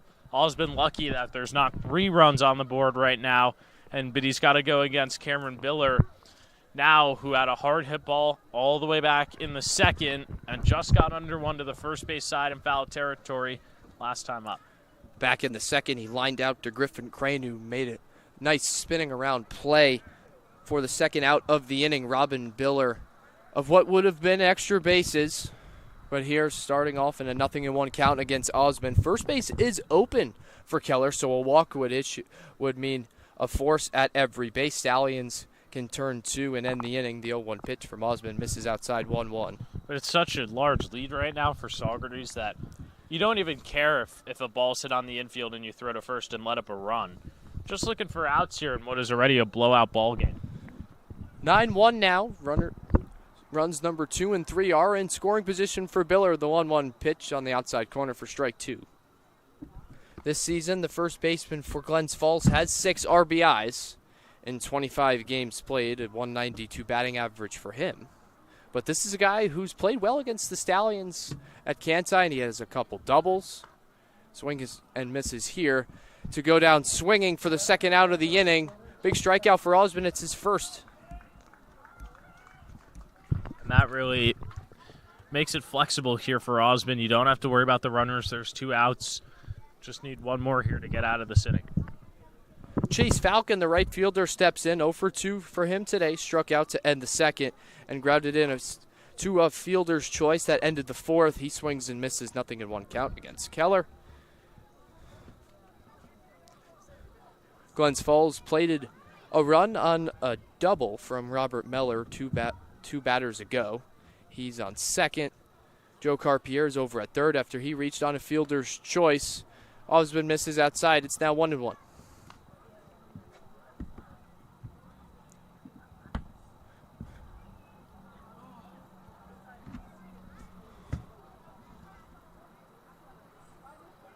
Pitch home, misses upstairs. 2 balls and 1 strike. Cody Myers is on deck for Glens Falls. He's the left fielder, 0 for 2 to this point in the ball game. 6, 7, 8 for Glens Falls. 0 for 6 combined so far. Looking for a spark from the bottom of the order, especially with 2 outs in the inning and 2 runners on as Falcon swings and misses. Count now goes to 2 balls and 2 strikes.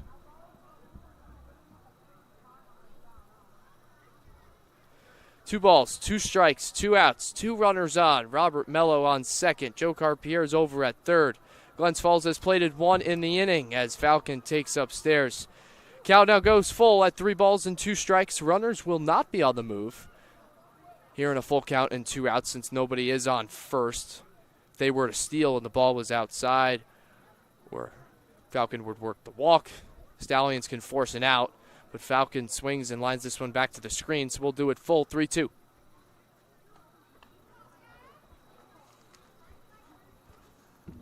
Osmond's really having to work here in his second inning out of the bullpen. He had a very easy 5th 1-2-3 inning of Meyer, Diaz, and Jones. The payoff pitch misses outside, ball 4. Second walk of the inning for Glens Falls. James Houghton at the other. He's over at third. Carpier's is over at second, and now Falcon will be over at first for Cody Meyer. We alluded to it earlier, 0 for 2 night for him, and the last time he faced Osmond, he grounded out to the second baseman, Ray. That's the first time in this game that the Dragons have had the bases loaded. Stallions had the bases loaded a couple times in the first inning. They cashed in on that opportunity.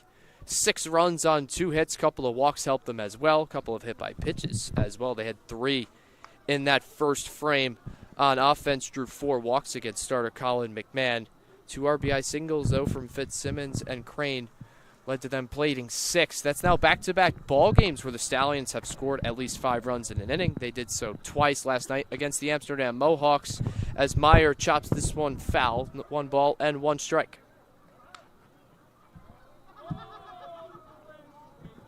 Again, you just need to pound the zone here if you're Keller. It's all been self-inflicted outside of the double from Mello.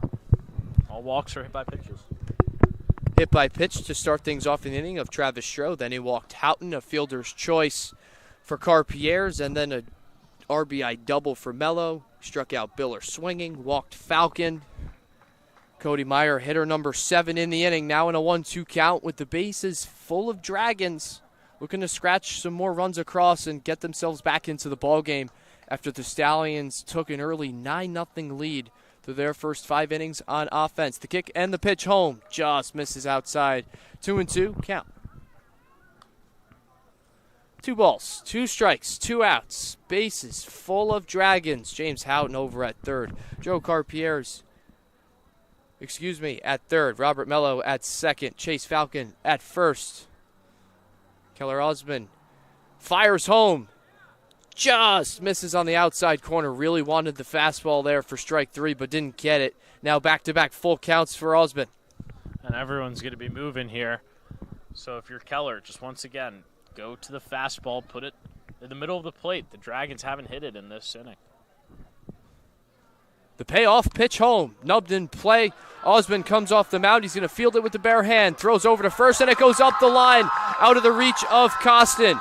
Mello comes around to score. Here comes Falcon hitting third. The throw from second base is not in time. Glens Falls clears the bases on a ball that didn't even go past the pitcher's mound. 9-4 ball game. And at that point, if you're Keller Osmond, you just got to eat that one. You really have no chance in getting Meyer at first. He's pretty speedy getting up the line, and now for the Stallions' sake, they've put themselves in a world of hurt because they're far ways away from that mercy rule. They need another 5 runs on the board to end this game early, and that not only hurts them here tonight, but pitching-wise, Keller's going to have to throw a lot more. Just a bad decision there. Van Valkenburg and Osmond, if the Stallions were able to mercy here tonight, they would right fielder Fitzsimmons in the 5th. That one was against Keller. Second time now that Diaz gets to face the right-hander for the Ponies. First pitch from Osmond is popped foul. Gostin takes a look, but it will land out of play for strike 1. And that's the thing that hurts most, too, is that there were 2 outs on the board. If Keller just eats that one, it's only a 9-2 ball game. And now you get to go against Diaz, who's one of the worst hitters in this Dragons lineup, and 0 for 2 tonight. The 0-1 pitch from Osmond misses outside, 1-1. And Dan, that really hurts because next inning the Stallions were just chasing 1 run, and they have the middle of the order do 4, 5, 6, Comiskey, Baker, and Fish against newly entered J.J. Trudeau. Now they're chasing 5 if they want a mercy. Still up 9-4, so it's looking good to this point for the Ponies to hold on to win. Still need a couple more innings to go in their favor. Osmond now ahead, 1 ball and 2 strikes against Diaz. 8 Dragons have come up to the plate. Ryan Jones, the number 9 hitter, is on deck.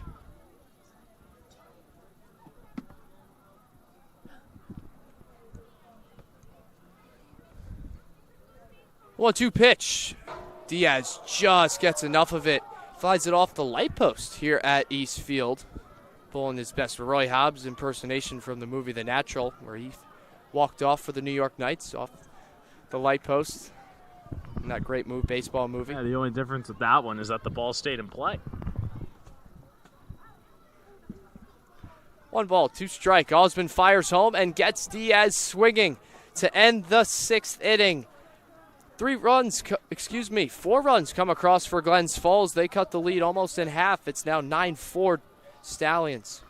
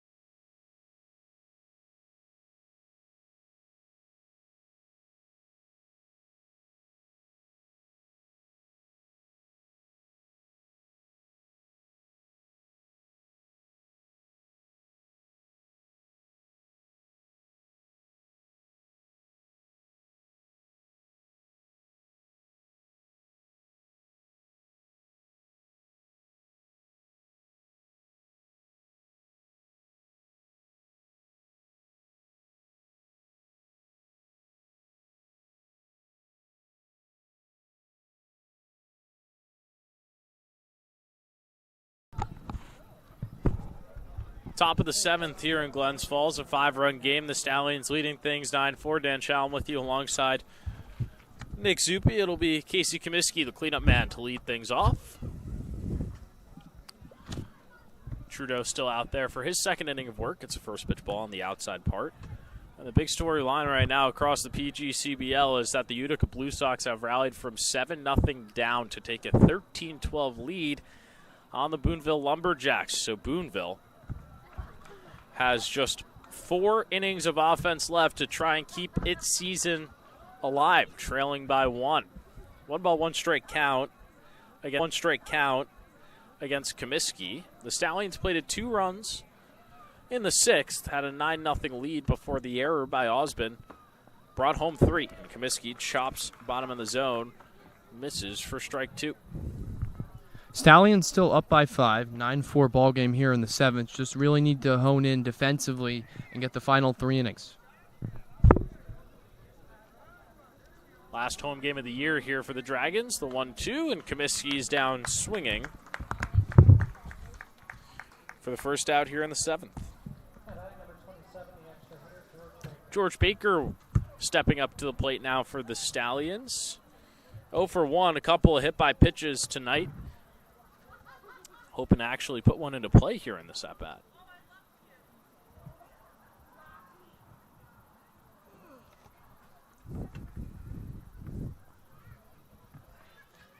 First pitch is bounced in the dirt for ball 1. Be a quick turnaround here tonight for Saugerties. They're back in action tomorrow against the Utica Blue Sox before playoff game against Utica on Wednesday. Those being 2 separate games, one being the regular season finale and one being the East Division semifinals. Baker swings and misses for strike 1. Still a good amount of people here at Eastfield in what is the Dragons' final home game of 2025. It's been a rough roll for them here at Eastfield. 7-12 overall. And it's a 2-1 count to George Baker. Whereas for the Stallions, Dan, playing at home has really helped them. A 14-6 record. They're 9-1 at Canton in the month of July. It's really why they're catapulting themselves into a good spot to win the PGCBL this year. And also why they are very happy to have home field advantage in the first round, given how much success they've had at home here in the month of July. 3 ball, 1 strike count with 1 out here in the 7th to George Baker. The pitch misses on the upper half. 1 out walk here for Baker. His past 3 at-bats, he's reached base either by a hit by pitch or a base on balls. Brandon Fish stepping up. 0 for 2 tonight.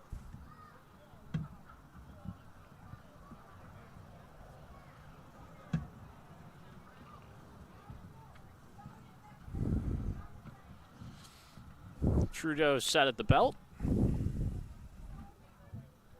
Here's the pitch. Off speed, misses at the top of the zone, 1-0. Stallions on the cusp of winning back-to-back games here on the same day in the last couple of days of the regular season. If they are to hold on to it, already leading by 5. 2 balls and no strikes here on Brandon Fish.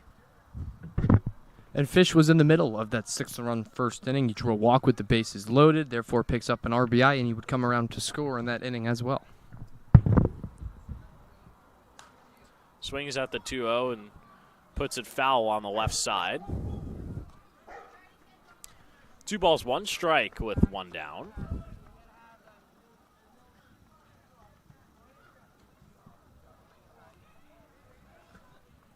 And Trudeau comes set. Here's the pitch. Fish a weak fly ball into left field. Coming on to make the play is Meyer. 2 down here in the 7th.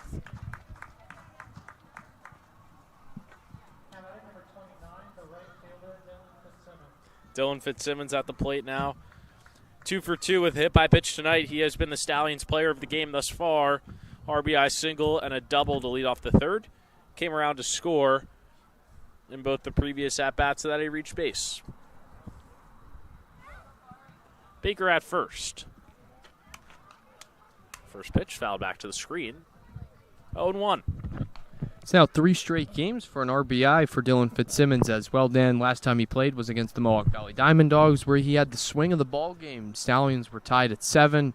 He notched an RBI double into the left center gap that gave the Stallions an 8-7 win.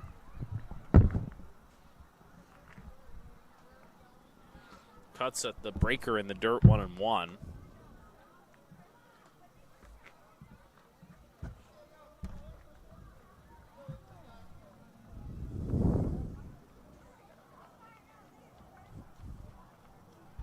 Trudeau taking a long time to get a sign.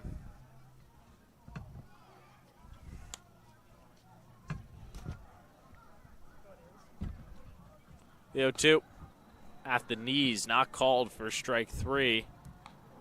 1 ball and 2 strikes against Fitzsimmons, who's out and right tonight. Baker at first. Here's the pitch. Fitzsimmons nubs it over to Trudeau on the left side. He throws running, and it's in to right field. This one's going to go out of play. It's a dead ball. We'll see what the umpires rule here. It should be 2nd and 3rd with 2 outs, but an error by Trudeau similar to what Osmond just did in the bottom of the 6th. Sets up the Stallions. Here for John Freitag. Both these teams proving true. When you put the ball in play, good things happen. It was Meyer last inning that had the bleeder in front of the pitcher's mound. Here in this inning, it's Dylan Fitzsimmons.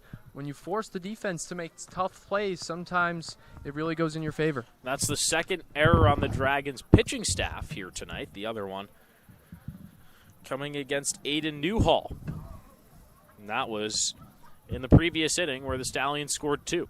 So Freitag looking to take advantage and get some runs back here for Saugerties with 2 down. First pitch misses in the dirt, 1-0. Freitag tonight, 0 for 2, was hit by the pitch in the first. Grounded out over to short in his last at-bat. 1-0.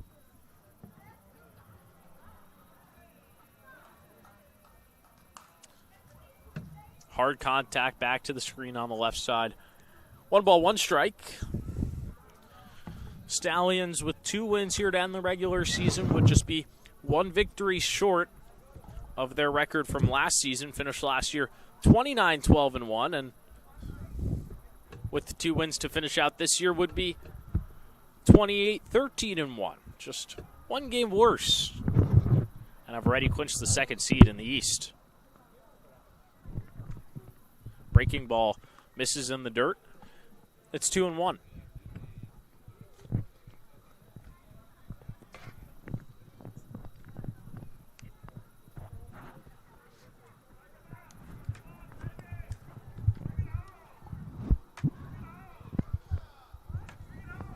Pitch. Trudeau paints the outside corner. 2-2 on Freitag. 2 runners in scoring position for the Ponies. They led up 4 in the bottom half of the 6th. Great opportunity for them to get 2 of those back with 1 swing. Freitag has been a great hitter all summer long for the Ponies. It now really has to fight in a 2-strike count.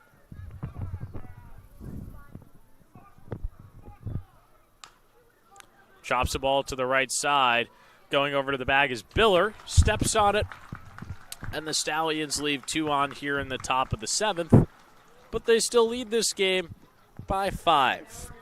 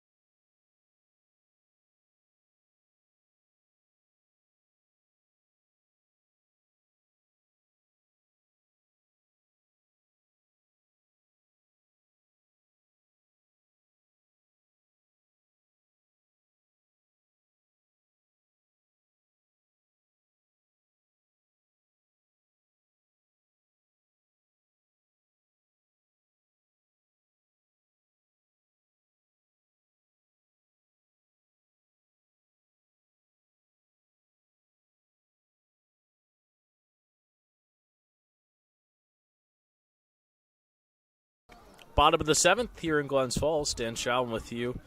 Alongside Nick Zupi, it's going to be 9-1-2 here for the Dragons. Plated 4 runs in their last inning on offense, looking to build on it. First pitch here to the catcher, Ryan Jones, is in the dirt for ball 1.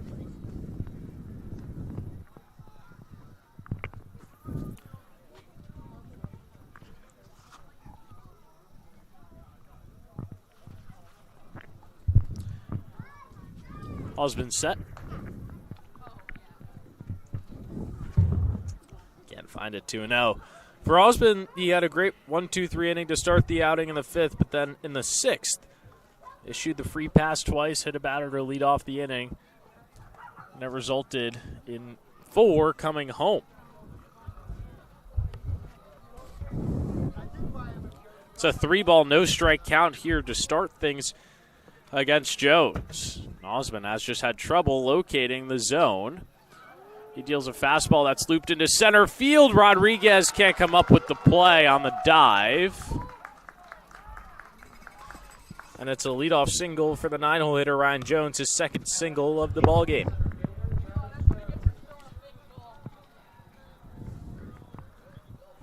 He now has 2 of their 3 hits on the game. Number 9 spot, Ryan Jones, providing the Glens Falls with a nice spark on offense for a team that really doesn't have many hits on the ballgame. Only 3, like you mentioned. And Travis Stroh now in the box. Top of the order for the Dragons. Cuts and misses for strike 1.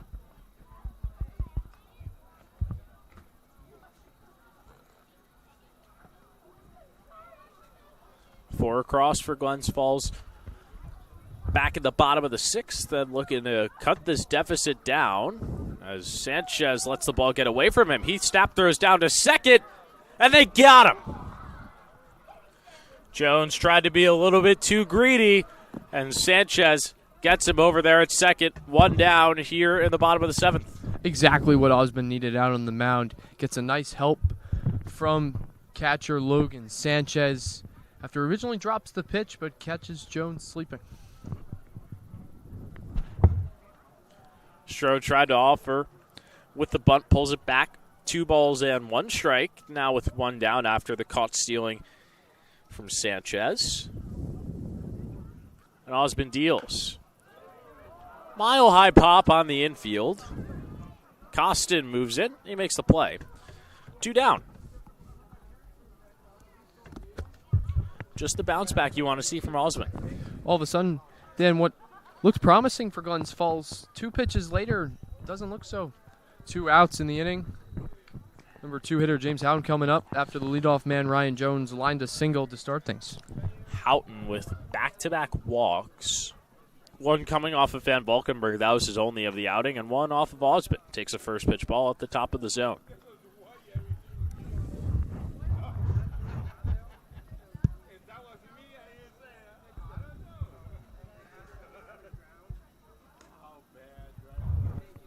Osmond misses on the outside part of the plate. Sanchez, Osmond, and head coach Colin Martin all confused as to where that one ended up missing.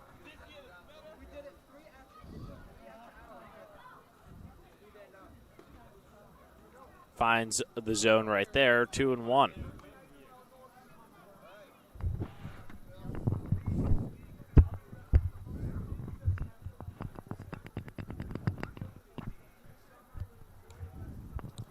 Sanchez with a nice frame job at the bottom of the zone. 2 balls, 2 strikes with 2 outs here in the bottom of the 7th, and Osmond just 1 pitch away from putting up his second 0 of this outing. He comes set at the belt. Here's the pitch. Fouled back to the screen, and we'll do it again at 2-2. His other scoreless inning came in the 5th, where he originally started his outing. Forced a 1-2-3 inning, a ground out of Meyer, and then a fly out from Diaz, before Jones ended the inning with a ground ball right back to him.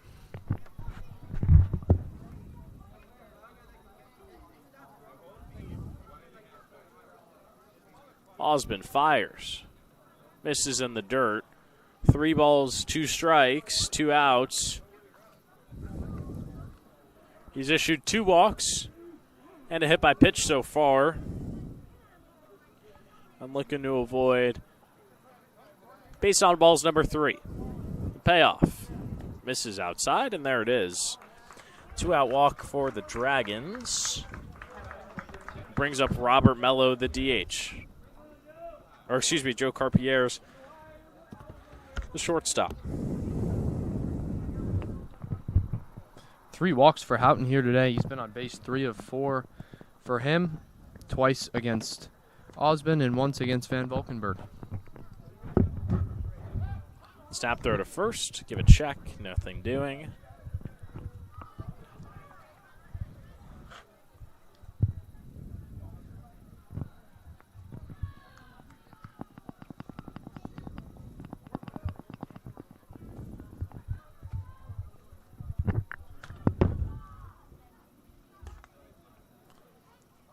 Osmond just having trouble finding the zone. 2-0 count here against the 3-hole hitter for the Dragons, Joe Carpier's. Carpier's flies the ball into center field. Rodriguez moves over. He's under it and makes the play for the 3rd out of the inning. So the Dragons strand 1 off a single from Ryan Jones and a walk from James Houghton. We go to the 8th. Stallions still up by 5.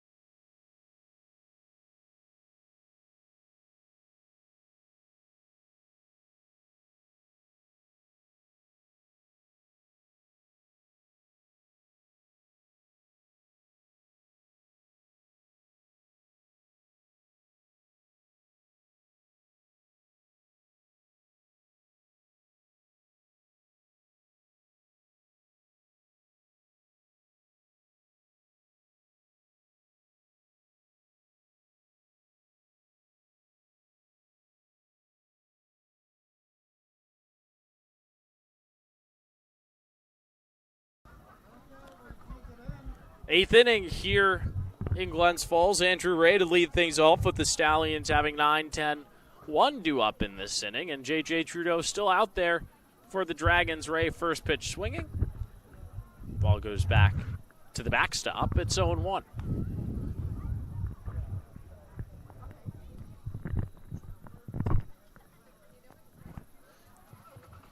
Stallions had runners at second and third back in the top of the seventh, but John Freitag grounded out to first with 2 outs. A 1-1 count here. Really, ever since the 6-run first inning, Dan, the Stallions on offense have been held in check for the most part. Only 3 runs over their next 7 on just 3 hits. Ray tried to lay down the bunt. He pulls back at the very last second. Ball at the top of the zone. 2-1. Ray had a hard hit ball over to third to start things in the 6th. That was gloved by Enrique Diaz. It was back-to-back innings for the Stallions with liners over to the hot corner. Ray fouls the pitch off to the screen. 2-2.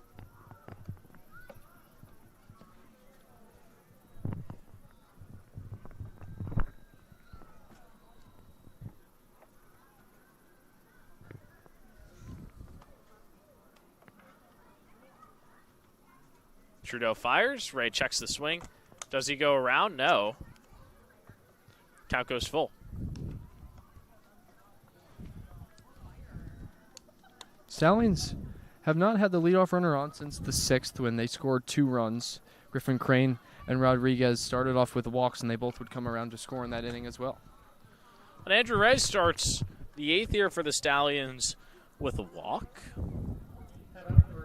No arm going out there in the Dragons' pen. They're going to let Trudeau finish this one out, and Griffin Crane steps to the plate, who is 2 for 2 tonight with a walk. And those 2 being 2 RBI singles.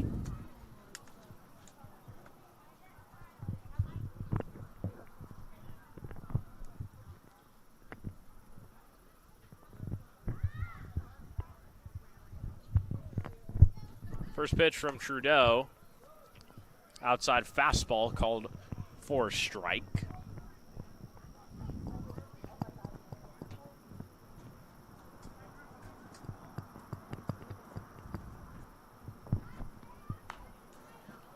And Crane fouls it straight back to the screen. Just missed that one. And he'll have to go to work in a no-ball, 2-strike count. And Crane's been impressive in the batter's box here today. Not trying to do too much when he gets his pitch. Just lines it back up the middle. He has 2 RBI singles, both up the middle, 1 in the first and 1 in the third. Jones tried to frame it on the outside part of the plate. Not there. First ball of the at-bat. 1-2.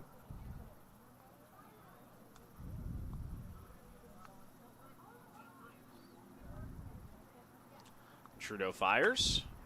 Same spot, not called. 2-2.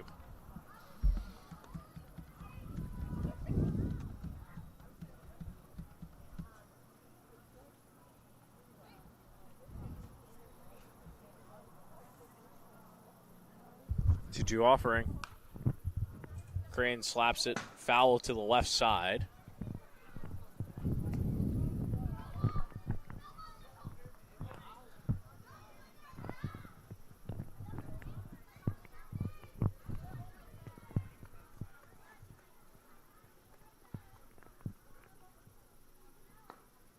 He's worked himself into a full count.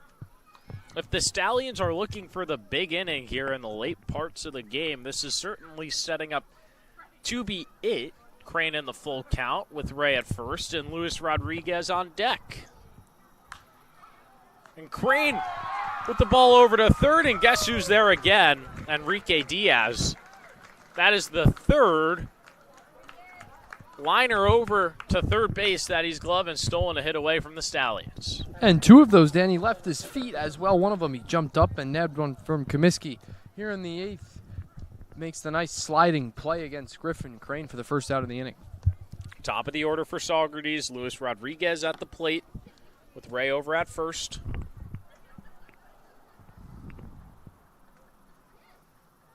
First pitch, high and away for ball 1.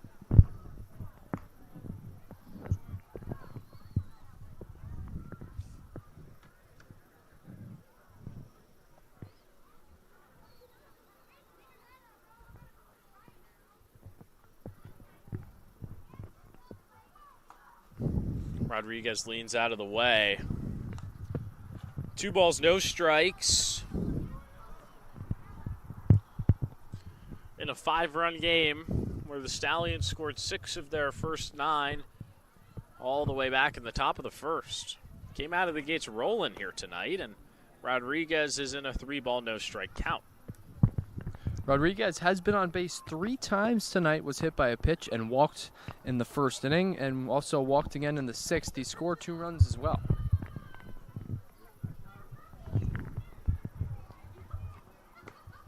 Takes the fastball on the inside corner for strike 1. Now 3-1. Pat Costin waiting on deck.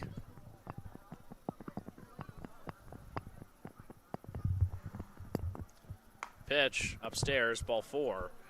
5-pitch walk to Rodriguez.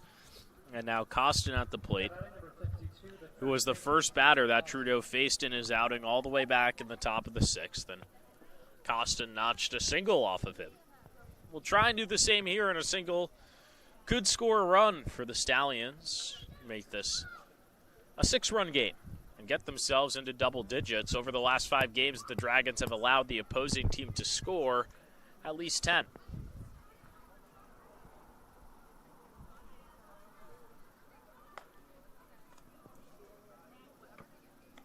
First pitch is a ball.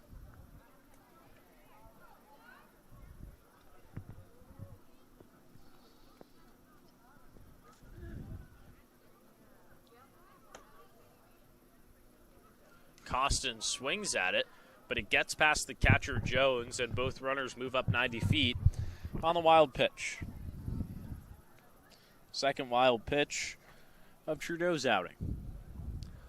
Last time these two went at it in the 6th, Trudeau had to start in a 2-0 count because Newhall was removed in the middle of that AB, but Costin did get the better of him with a single.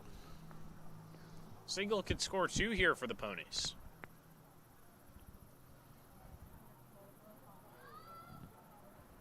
1-1.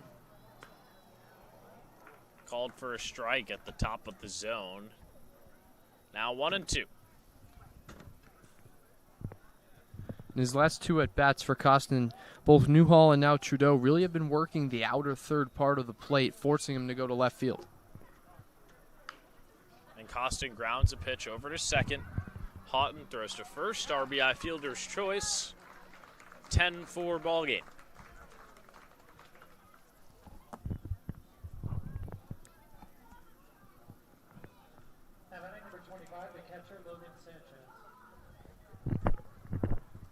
Costin does a job getting a runner home. And now Rodriguez at third with Logan Sanchez at the plate and 2 down. Productive out from Costin. Does a job not trying to do too much like you just alluded to, Dan. Costin picks up yet another RBI here in the summer of 2025. And Sanchez slaps the ball to the right side. That's through. Past a diving Biller. Coming into scores Rodriguez. That's back-to-back RBIs for the Stallions, and it's now 11-4.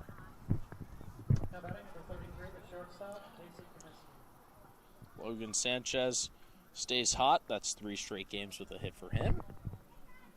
And now it'll be Casey Comiskey, who struck out to Trudeau to start the 7th.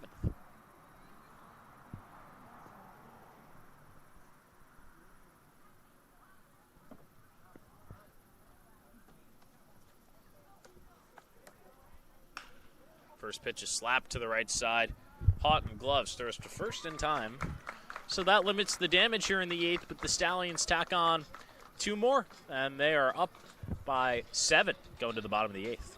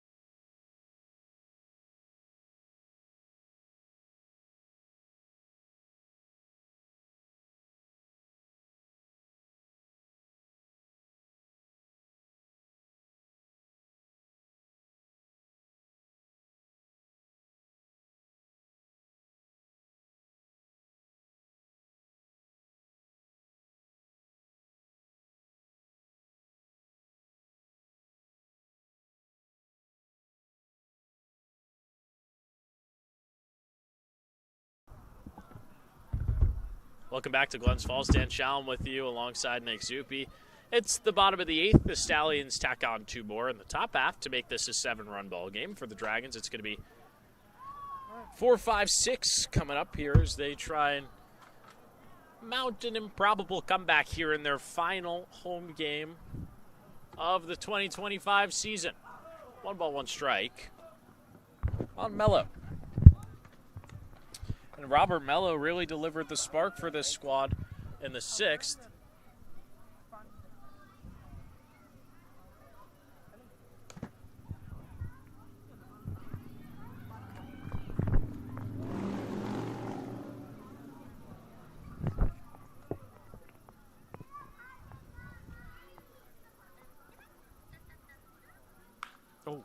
Hard hit ball into right. That one is down. It's a leadoff single for Rob Mello, and it's back-to-back base hits for the DH tonight. He had a loud RBI double the last time he was up in the 6th. That scored Glens Falls' first run. That's 3 straight innings for Keller Osmond now where he's allowed the leadoff runner to get aboard. Had some help from his defense. Logan Sanchez nabbed Ryan Jones, who started the bottom of the 7th with a single. Now he's going against Cameron Biller. Biller struck out swinging in the 6th, that being to Osmond. 1 of 2 Ks in that inning for him.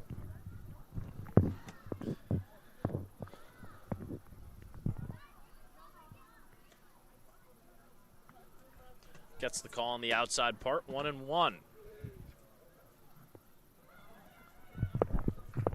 Osmond's in relief of Jace Van Valkenburg, who went the first 4 and was stellar, did not allow a single run to come across. He only allowed 3 base runners as well.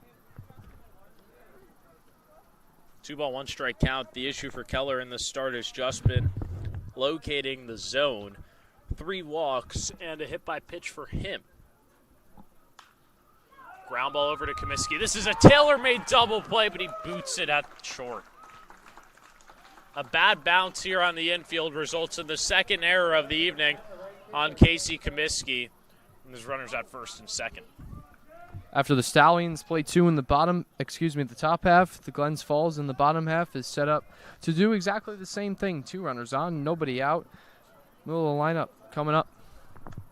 3rd error of the game on the Stallions. The other one coming on Keller Osmond, who threw over the head of Pat Costin, which scored 3 runs with the bases loaded. Chase Falcon at the plate, the right fielder. He walked and came around to score in the 6th.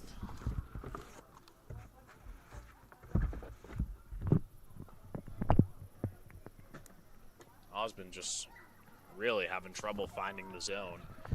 It's 2-0.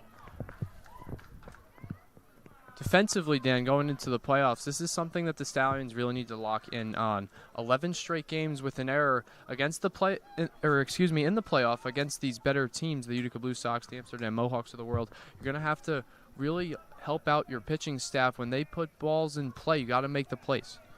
And there is also something to be said here about the conditions of the field. Addie's Field, it is certainly not the same as Cantime Field, Donovan Stadium, Shuttleworth Park, all these other places that either have turf fully on the infield or are just manicured very well. So that has definitely troubled up Comiskey a little bit, but Keller doing him no favors. It's a 5-pitch walk and the bases are loaded for the Dragons here in the bottom of the 8th. And still nobody out in the inning as well. It was Meyer 2 innings ago with the bases loaded. He would put the ball in play that Osmond threw up the line. Glens Falls set up for a perfect run-scoring opportunity. And head coach Colin Martin talking into his walkie-talkie, communicating down to the bullpen. It seems like they're getting an arm ready to go with the bases loaded and nobody out for Cody Meyer, the left fielder. He was the one that caused all the chaos on Osmond in the last inning, just a dribbler right back to him on the left side of the mound that he threw over the head of Pat Costin. That scored 3 runs and is faced with a similar situation here in the bottom of the 8th.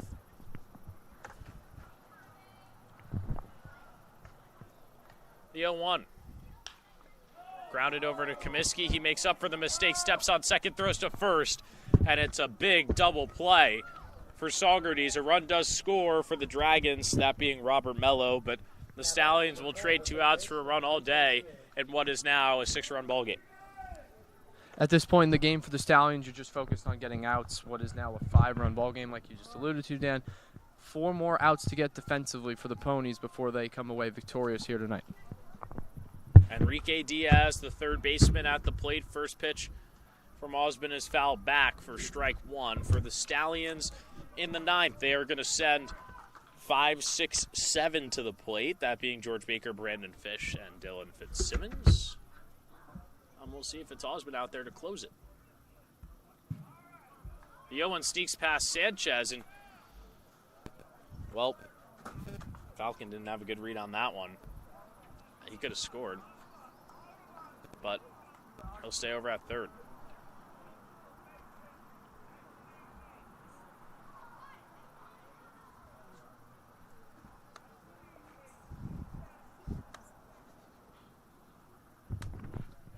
One slapped into right field, making a nice diving play for out number 3 is Dylan Fitzsimmons. Stallions outfield having themselves a day. And there's only 3 outs left to go here for the Dragons as we go to the 9th, and the Stallions up by 6.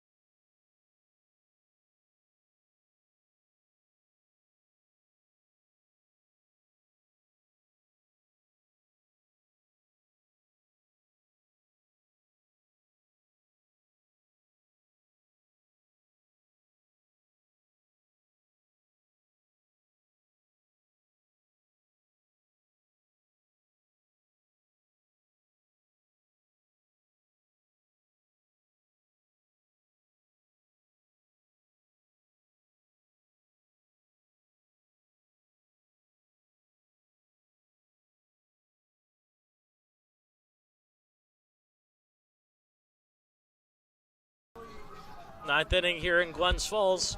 6 outs left to go. 3 on each side. George Baker will start things here for the Stallions, and Trudeau still out there for what will probably be his final inning of work here in the summer of 2025, with the Dragons having just 1 game left to go in the regular season. First pitch to Baker. Popped up into right field. There to make the play will be the center fielder, Stroh. 1 down here in the 9th.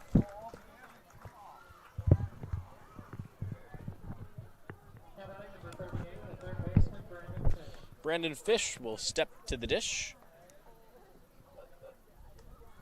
0 for 3 tonight. Was hit by the pitch with an RBI, actually, as he drove in a run with the bases loaded all the way back in the first. First pitch swinging, slaps a ball into left field. It's a 1-out single for Brandon Fish and his first base knock of the ball game here in the 9th. 5 plate appearances for Fish. He was on base after he got hit by the pitch. In the first, he would come around to score in that inning as well. Since then, a ground out, a strikeout, a fly out, and now the single here in the 9th. Fitzsimmons at the plate. He's reached base safely in every at-bat so far here tonight. He's looking to keep that trend going. With Fish over at first. Trudeau fires for a strike in the middle of the zone.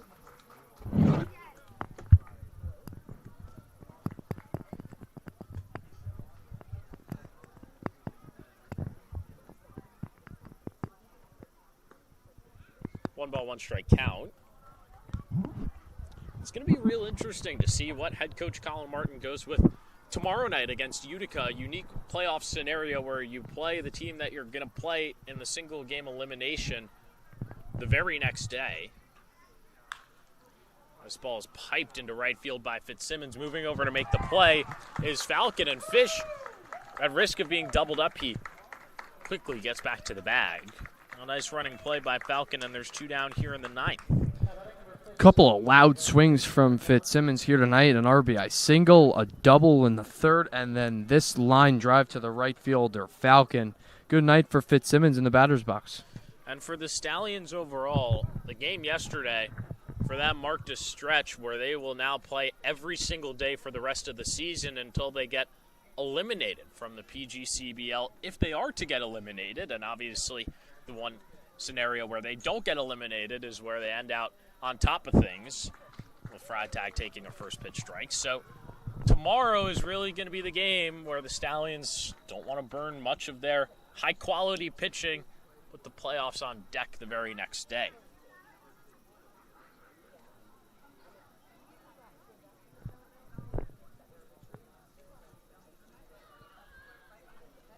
Oh, 1. Misses in the dirt. 1 ball, 1 strike here to Freitag, the top of the ninth. Most of the crowd here at Eastfield starting to file out for their Dragons one last time. Here in the summer of 2025, a Dragons team that's been through a lot of rebrands here in Glens Falls over the years. They started as the Glens Falls White Sox back in the day, or at one point the Glens Falls Lumberjacks, the Glens Falls Golden Eagles, moving from NYCBL play in the Penn League over to the PGCBL as time has progressed, and now commonly known as the Dragons in the PGCBL. A 3 ball, 1 strike count on John Freitag.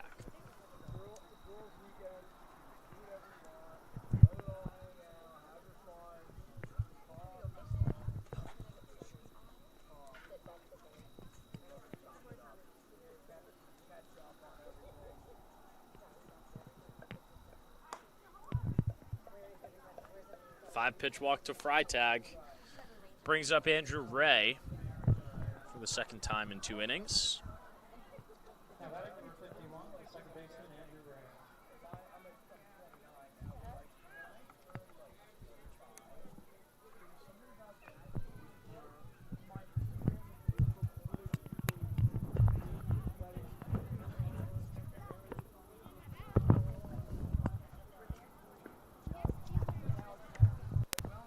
First pitch to Ray misses 1-0. Stallions, with the win here tonight, will finish with a final regular season road record of 13-7-1. As the 1-0 is slapped over to second. There to make the play is Houghton. He throws to short for the easy short out. Long fielder's choice. Dragons with 3 outs left to go here at home in the 2025 season when we come back.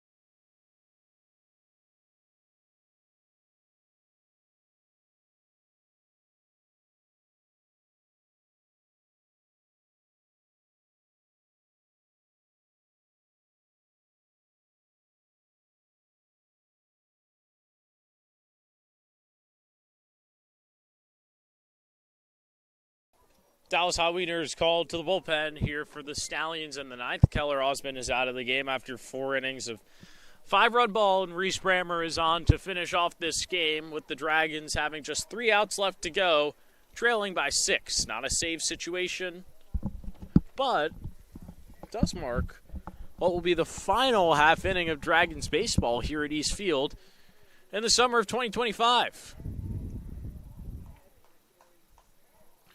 Brammer's going to go against 9-1-2 here in the ninth, starting with Ryan Jones, the catcher, who has 2 singles in this game, 2 of 4 hits for Glens Falls. First pitch swinging for strike 1. Last time Brammer pitched, he threw 1 inning against the Oneon Outlaws up there at Tomaski Field. Stallions won 13-3. Gave up 1 unearned run in the 5th to go with 2 walks and no strikeouts. 1-1 count. Couple of things to take away here tonight for the Stallions. They got ahead very early in this game with the 6-run first. But the errors tricked them up a little bit. 3 in total. 3 of the runs out of 5 scored by the Dragons here tonight have been unearned. 2-2 count on Jones. That's something they're going to want to clean up tomorrow against the Utica Blue Sox, a team that as of right now against the Boonville Lumberjacks is up 14-12. Boonville with just 6 outs left to go to keep their season alive. Strike 3 on Jones, and there's 1 down. And a new score update. Utica has added 1 more. That is now 15-12 Blue Sox, and the Lumberjacks certainly have a tall task on their plate to try and mount 3-run comeback in what could be their final 6 outs of baseball here in the summer of 2025. Top of the order, Travis Stroh at the plate, and Nick, for the Stallions, they are going to have to handle a Blue Sox team that has just put up 15 runs, possibly more by the time the game's over tomorrow. And they showed resilience as well. They were down 7-0 at one point to the Lumberjacks, so to fight their way back and put up 15 runs is no easy feat, clearly showing that they can hit.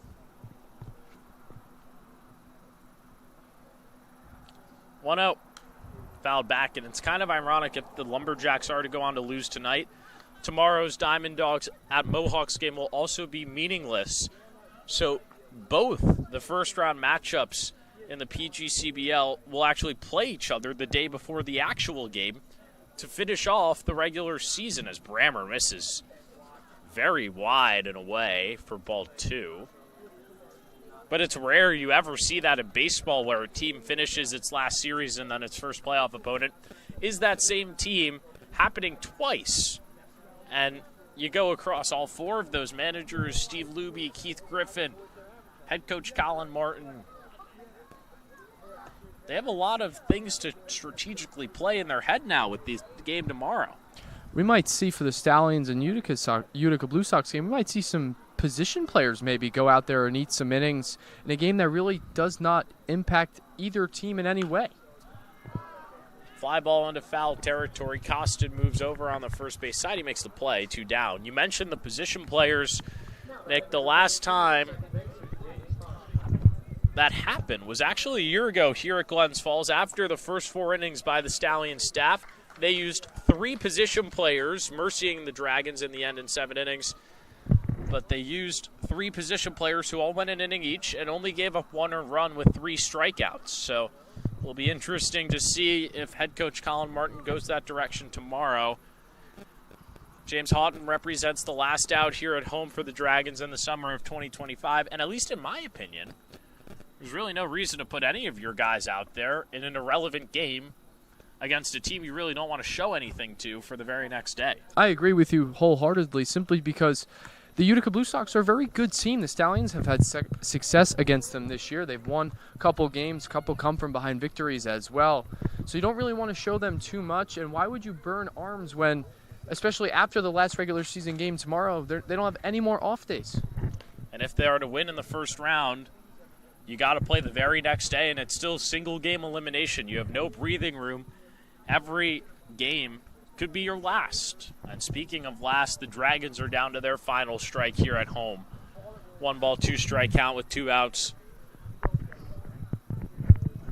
Brammer settles, fires, misses with the off-speed on the outside part. 2-2.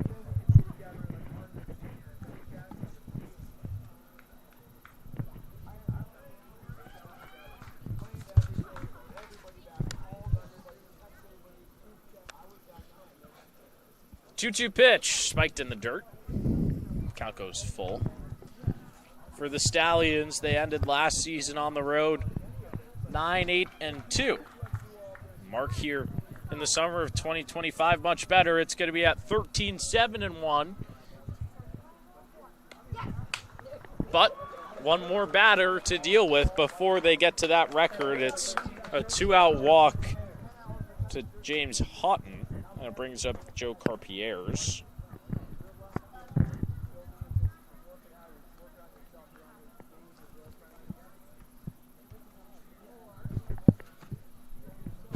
(11-5) ball game. Stallions up by 6. They're going to be excited to jump on the bus back home, as they will have back-to-back home games, and then who knows after that. And that really comes into play with the fact that Utica has to come down to Saugerties tomorrow, drive back up, wake up the very next day, drive back down. It's a lot of back and forth, a lot of travel for a Blue Sox team that is also on the road tonight up at Boonville, which is not as far of a drive for them because they're already in Utica. It's about an hour, but still, those road trips start to add up at a certain point. The Stallions will try and look to take full advantage of some of that fatigue. Sky high pop over to short. Comiskey is there, and he makes the play. In the final road game of the season, the Stallions take an 11-5 victory over the Glens Falls Dragons and finish 13-7-1 away from Cantine Field here in the summer of 2025. A couple of thank yous to hand out here tonight on the Stallions Broadcast Network, to our sideline reporter Hannah Tempassis, our producer Bella Holleran, to my partner Nick Zuppi. We will see you tomorrow night at Cantine Field, a preview of the first round of the playoffs, Blue Sox and Stallions, at 7:05. We'll see you then.